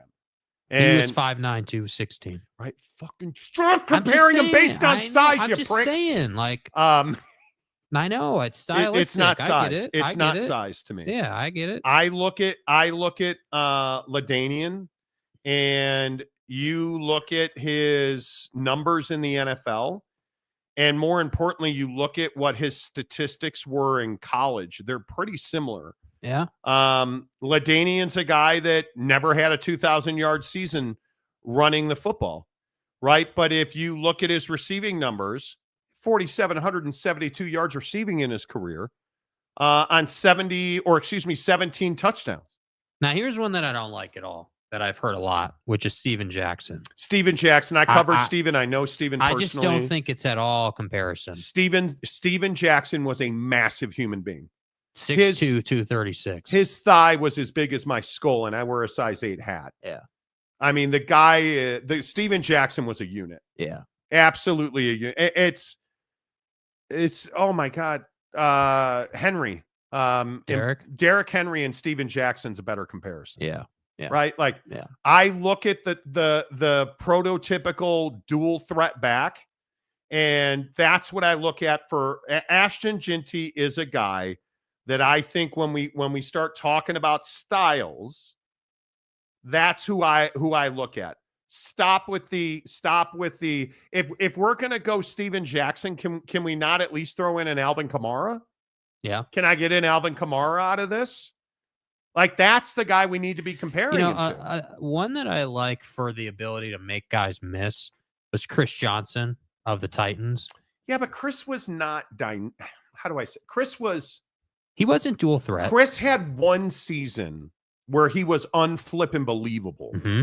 That's it. Was 2009, where he ran for 2,000. Yeah, 22,500 yards, 2,509 yards from scrimmage in 2009. Yeah, that's player of the year in 2009, first team All Pro, NFL rushing yards leader.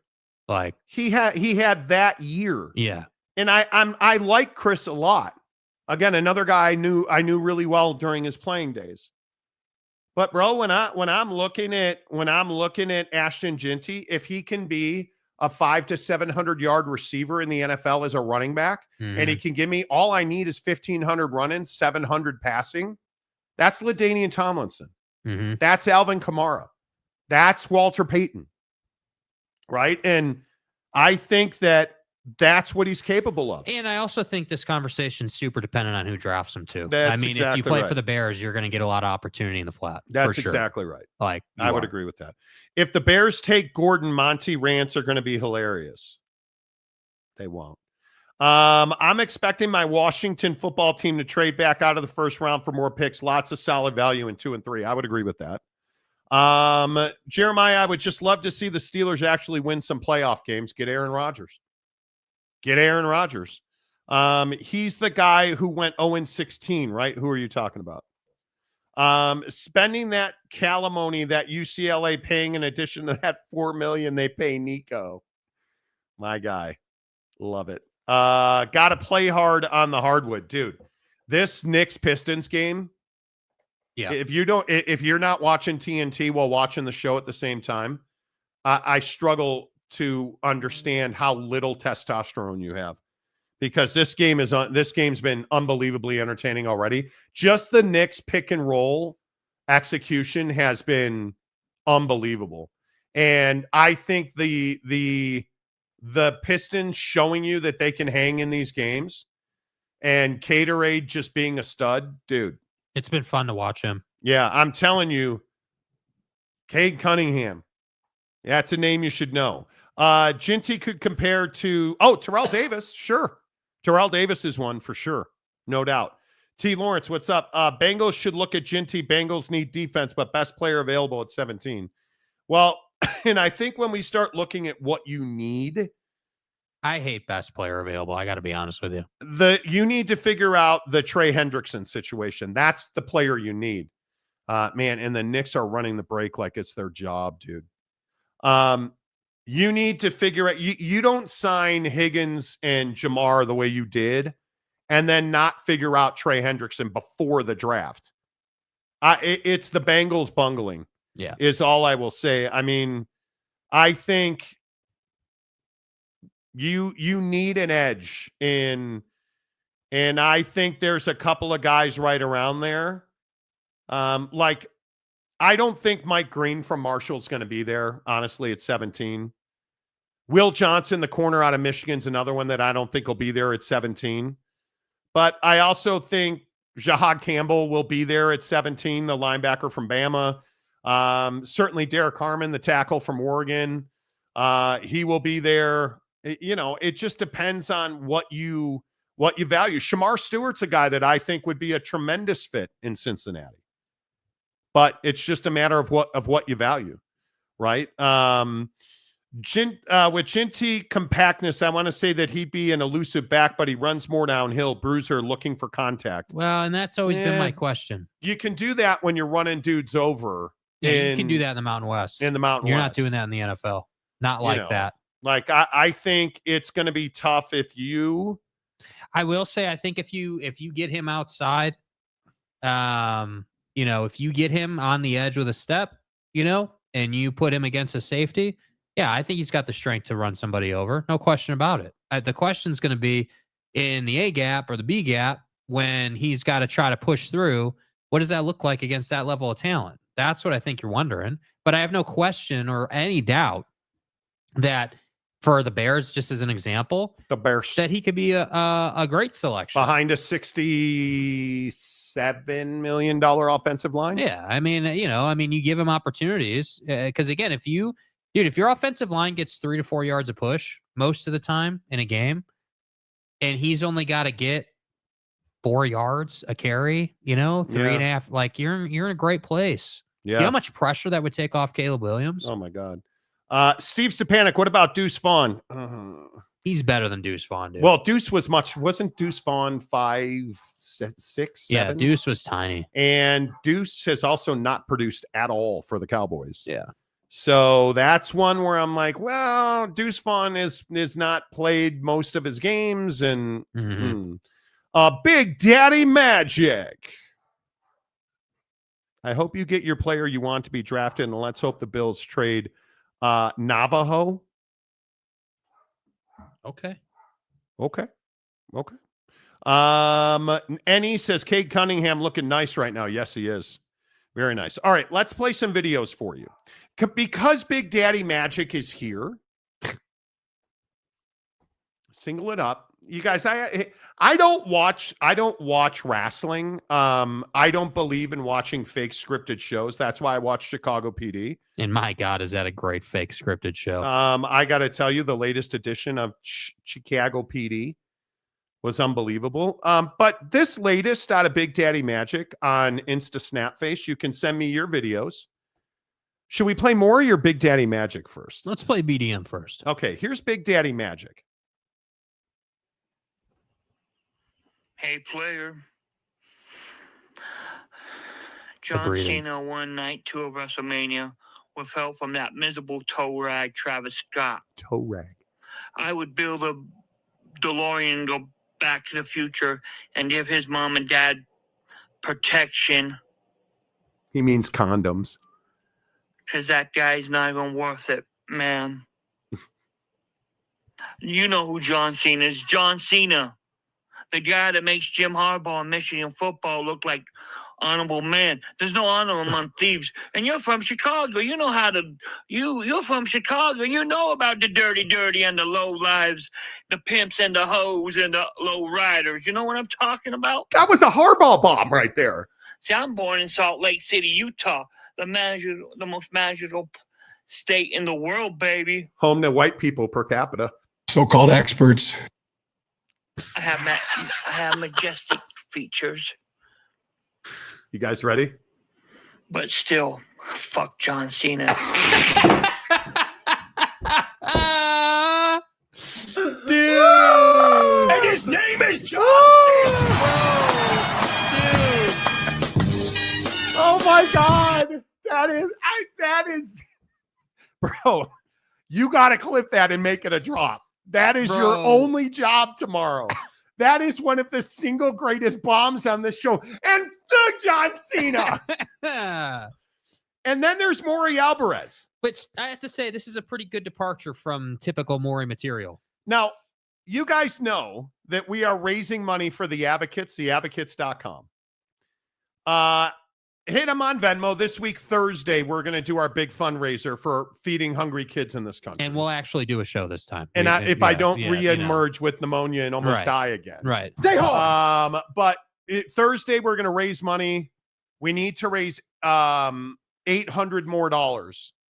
Let's just say we're trying to raise $1,000. This is their Venmo. You can get ahead early. We'll give away several $100 gift cards from Amazon. We're going to do the whole thing right. Maury Alvarez is a frequent contributor. But I am concerned that Maury Alvarez wants to wear me as a skin suit. And why am I worried? Hey, Monty. I know you had it coming out both ends yesterday, but I went through and made a double donation just for you. Okay, now am I the only one that noticed he's got the shirt off the shoulder on his hairy chest? Hey, Monty. I know you had it coming out both ends yesterday. It's off the shoulder. Yeah. I mean, is this a BDM reference? Because BDM sends you nude videos? I think it is. Is that what this is? Is this him trying to mimic or copy BDM style? Holy cow, I hope so. Because I'm scared. Okay, let's just run back like 10 seconds of BDM's video. Okay. Just to compare this, because I feel like, is there one where you can see him, like a prior one? He's sent us several lately. Oh, there's some nudes. Not the ridiculous one from Wednesday. Like that one was too much. Some of the other ones. Hold on. Here, this one. Hey, player.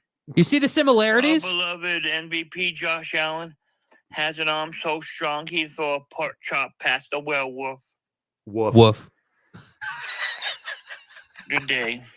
That was the whole video of him shirt. That's Big Daddy Magic shirtless. Okay, now look at the Maury video. Sending me nudes. Hey, Monty. That's what he's doing. You had it coming out both ends yesterday, but I went through and made a double donation just for you. This is a Big Daddy Magic impersonation. Okay, I feel way fucking That's better. what I think this is. Okay, I feel way better. Okay, I need confirmation way from Maury better on this. Is that what this was? Way better. Yeah, is that what this was? Yes, Johnny Gonzalez. This is an homage to BDM by Maury. It has to Yes. Fat Jesus, can Big Daddy Magic start an OnlyFans page? No, and please don't say that out loud. Please do not say that out loud. Don't, dude, know. Bro. I mean, it's fine. Marshall Faulk's a really good Ashton Genty comparison. Yes. Jeremiah Champion, I'm scared. Me too. Yeah. Yeah, LMAO. Yes, Maury. Yes. Oh, I would send Monty a shirtless pic, but he might gush. Well, Yeah, Apparently, Deion Sanders never gushes. Because what I had said there, Deion Sanders went on Tubi. He does a show on Tubi. Here's what he said. Be in your head when you pleasure yourself. I don't pleasure myself. I've never in my life pleasured In your myself. life. Never in my life. All your life. God is my witness. I'm so confused. I'm keeping you not to strike you down. You not to strike you down. Hey, I'm telling you No. the God of the truth. Why do I really believe them? Okay, now see my You next, ain't never played my love. next statement don't sound arrogant. What is it? I never had. Oh. There you go. Damn right. I never had to. First of all, you're a liar, Prime. You and I both know you absolutely shine that. That's probably Let's too get much the on this elephant out of the room. You strengthen your forearm. Yeah. Yes, you do. We all know you do. Yes, you do. You have wrist and forearm mobility. I know you do. Because everybody does. Yes. Right? So let's not say let's not say that we don't. Come on, Yeah. Why is it, I don't understand this. Why is it so taboo to be like, yeah, do I? Yes, you can't love yourself. Who can you love? Yeah. I mean, look at the side, Popeye over here. Yeah, dude. Right? I mean, Macaque. Come on. Yeah. Why? And if you're Deion Sanders doing a Tubi show, why are you talking about being a self-spreader? Because they asked. They asked. So he had to answer. Jeremiah Champion. Some of the things I see and hear on this show are perplexing, close to what I hear at work. Fat Jesus, put the lotion in the basket. Yes. Exactly right. Yes. That's exactly right. That's what I'm saying. Yes. It's fine. We're not in 4th grade anymore. Hey, man, do you do the deed? What a loser. Yeah, I do. Yeah, I do. Yep. Yeah, I do. 21 times a month. What's wrong with you? I'm hitting my goals. Did you get, and we've talked about this on the show. Yeah. Research and science. I know we don't believe in science in this BS, country. dude. Research and science shows if you want to avoid the prostate issues, like the word that starts with a C here, you release 21 times a month. 21. Can you do something for yourself? Right? Come on. Stepanik, John Cena sucks. LOL. Yeah. Yeah, dude. That's Big Daddy magic for you. Yep. That is Big Daddy magic for you. And finally, I guess we'll save Nico Harrison for tomorrow. Yeah, we can save it for tomorrow. Because I want to make sure I'm I'm getting there. Yeah.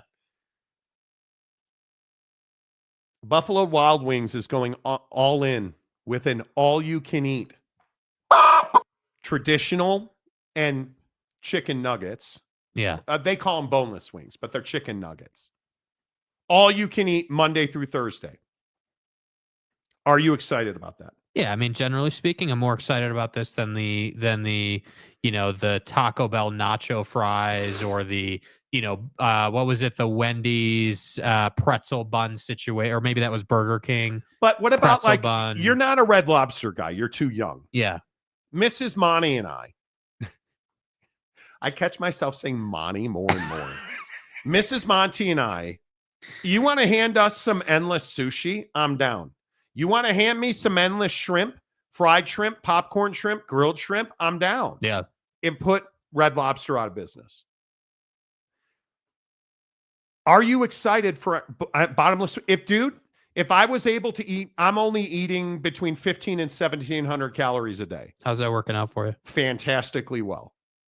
I am losing weight, feel great, hitting a golf ball a mile, right? Which is the only reason I don't want to live longer. I just want the golf ball to travel. I want to live to be 100. That's a lie. The point is, I love wings. I don't like chicken nuggets, boneless wings. You want to hand me a drumstick with some ranch? Yeah. Let's go. Yeah. I'm your huckleberry. But I'm not going to Buffalo Wild Wings because they have bottomless wings. No. That's not going to get me out of the house. Is that something you guys that would get you out of the house? The problem is, here's the problem. Here's the deal. When you can go to your local grocer and get drumettes, and then you can pop those on your Traeger or in the air fryer, it's really difficult to beat because it's way cheaper and you can eat them day after day. You can make enough to where they're good for like 3 days. Yeah. That's the problem. So generally speaking, do I love this? Yes, of course. It's bottomless wings, dude. Who doesn't love that? But am I getting up off the couch and leaving the house to go to B-dubs? Probably not. Okay, so this begs the question, fat ass. What food do you want to be all you can eat? Fat. Dude, you hand me some all I can eat shrimp fried rice, I'm down. You want to hand me some all you can eat Vegas rolls? Dude, I'm down. You want to hand me some all you can eat executive rolls? I'm down. $20 Chinese food that's orange chicken? Bro, I will go into a food coma with all you can eat orange chicken. But other than that, you horrified me with your answer today. Why? What did you say? Mac and cheese. Dude, how much mac and cheese can one guy eat? Well, if I'm doing bottomless, I mean, Not much. It's so heavy. Well, some types are. Costco is heavy. But if you go with like watered down mac, yeah, like if you have like Kraft or right, Annie's, but I'm going out to eat. If you're going out to eat, yeah, I mean I'm trying to think of who's got a good out to eat mac and cheese. Nobody. I mean, Mastro's has pretty good. I would say I don't mind Ruth's Chris mac and cheese, but I probably wouldn't go bottomless on that. Yeah, I mean, I'd have to think about that because I feel like out to eat mac and cheese is hard to find. Maury said Red Lobster filed bankruptcy because all of you can eat. Whoa. You got to confirm if that was a Big Daddy Magic, Has he confirmed that yet? Yes, it was a spoof of BDM. Oh, okay, great. All right. Maury said Prime is strengthened the forearm just like Rico Nico. Right. Okay. Oh God, what did Ferris say? Ferris, just go to your corner. What are we doing? What in God's name are we doing? Commented, went to the dealer, then Best Buy, dealt with rush hour traffic, got back only to see them talking about the same.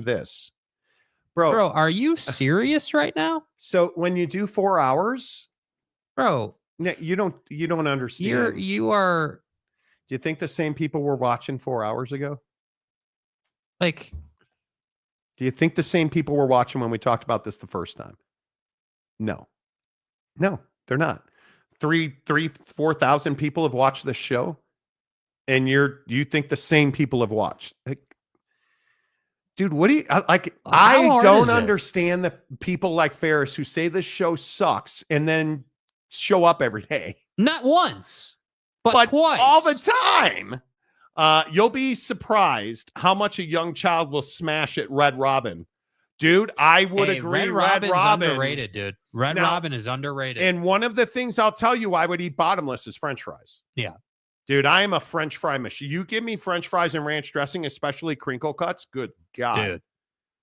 Good God. Chili's Nashville mozzarella sticks. Oh, I know what I would do bottomless. Chili's chips and ranch. I freaking love. I'm here for it. I love that. Mozzarella sticks made with blue cheese? Okay, no. see, you're worse than Ferris, dude. It's absolutely embarrassing. Mozzarella sticks. I don't give a damn how many memberships you've donated, bro. That's an extreme. You literally just made me cough with that. We have talked about some really disgusting, vile fecal matter type stuff on this show. Mozzarella sticks dipped in blue cheese. That's below roller food, dude. Oh, that's bad. Chicken strips, yes. Did you try and set the world land speed record, Monty? For Not what? sure what that's a reference to. I don't know what that's a reference to. Bluezarella sticks. No. Yak. No, I agree.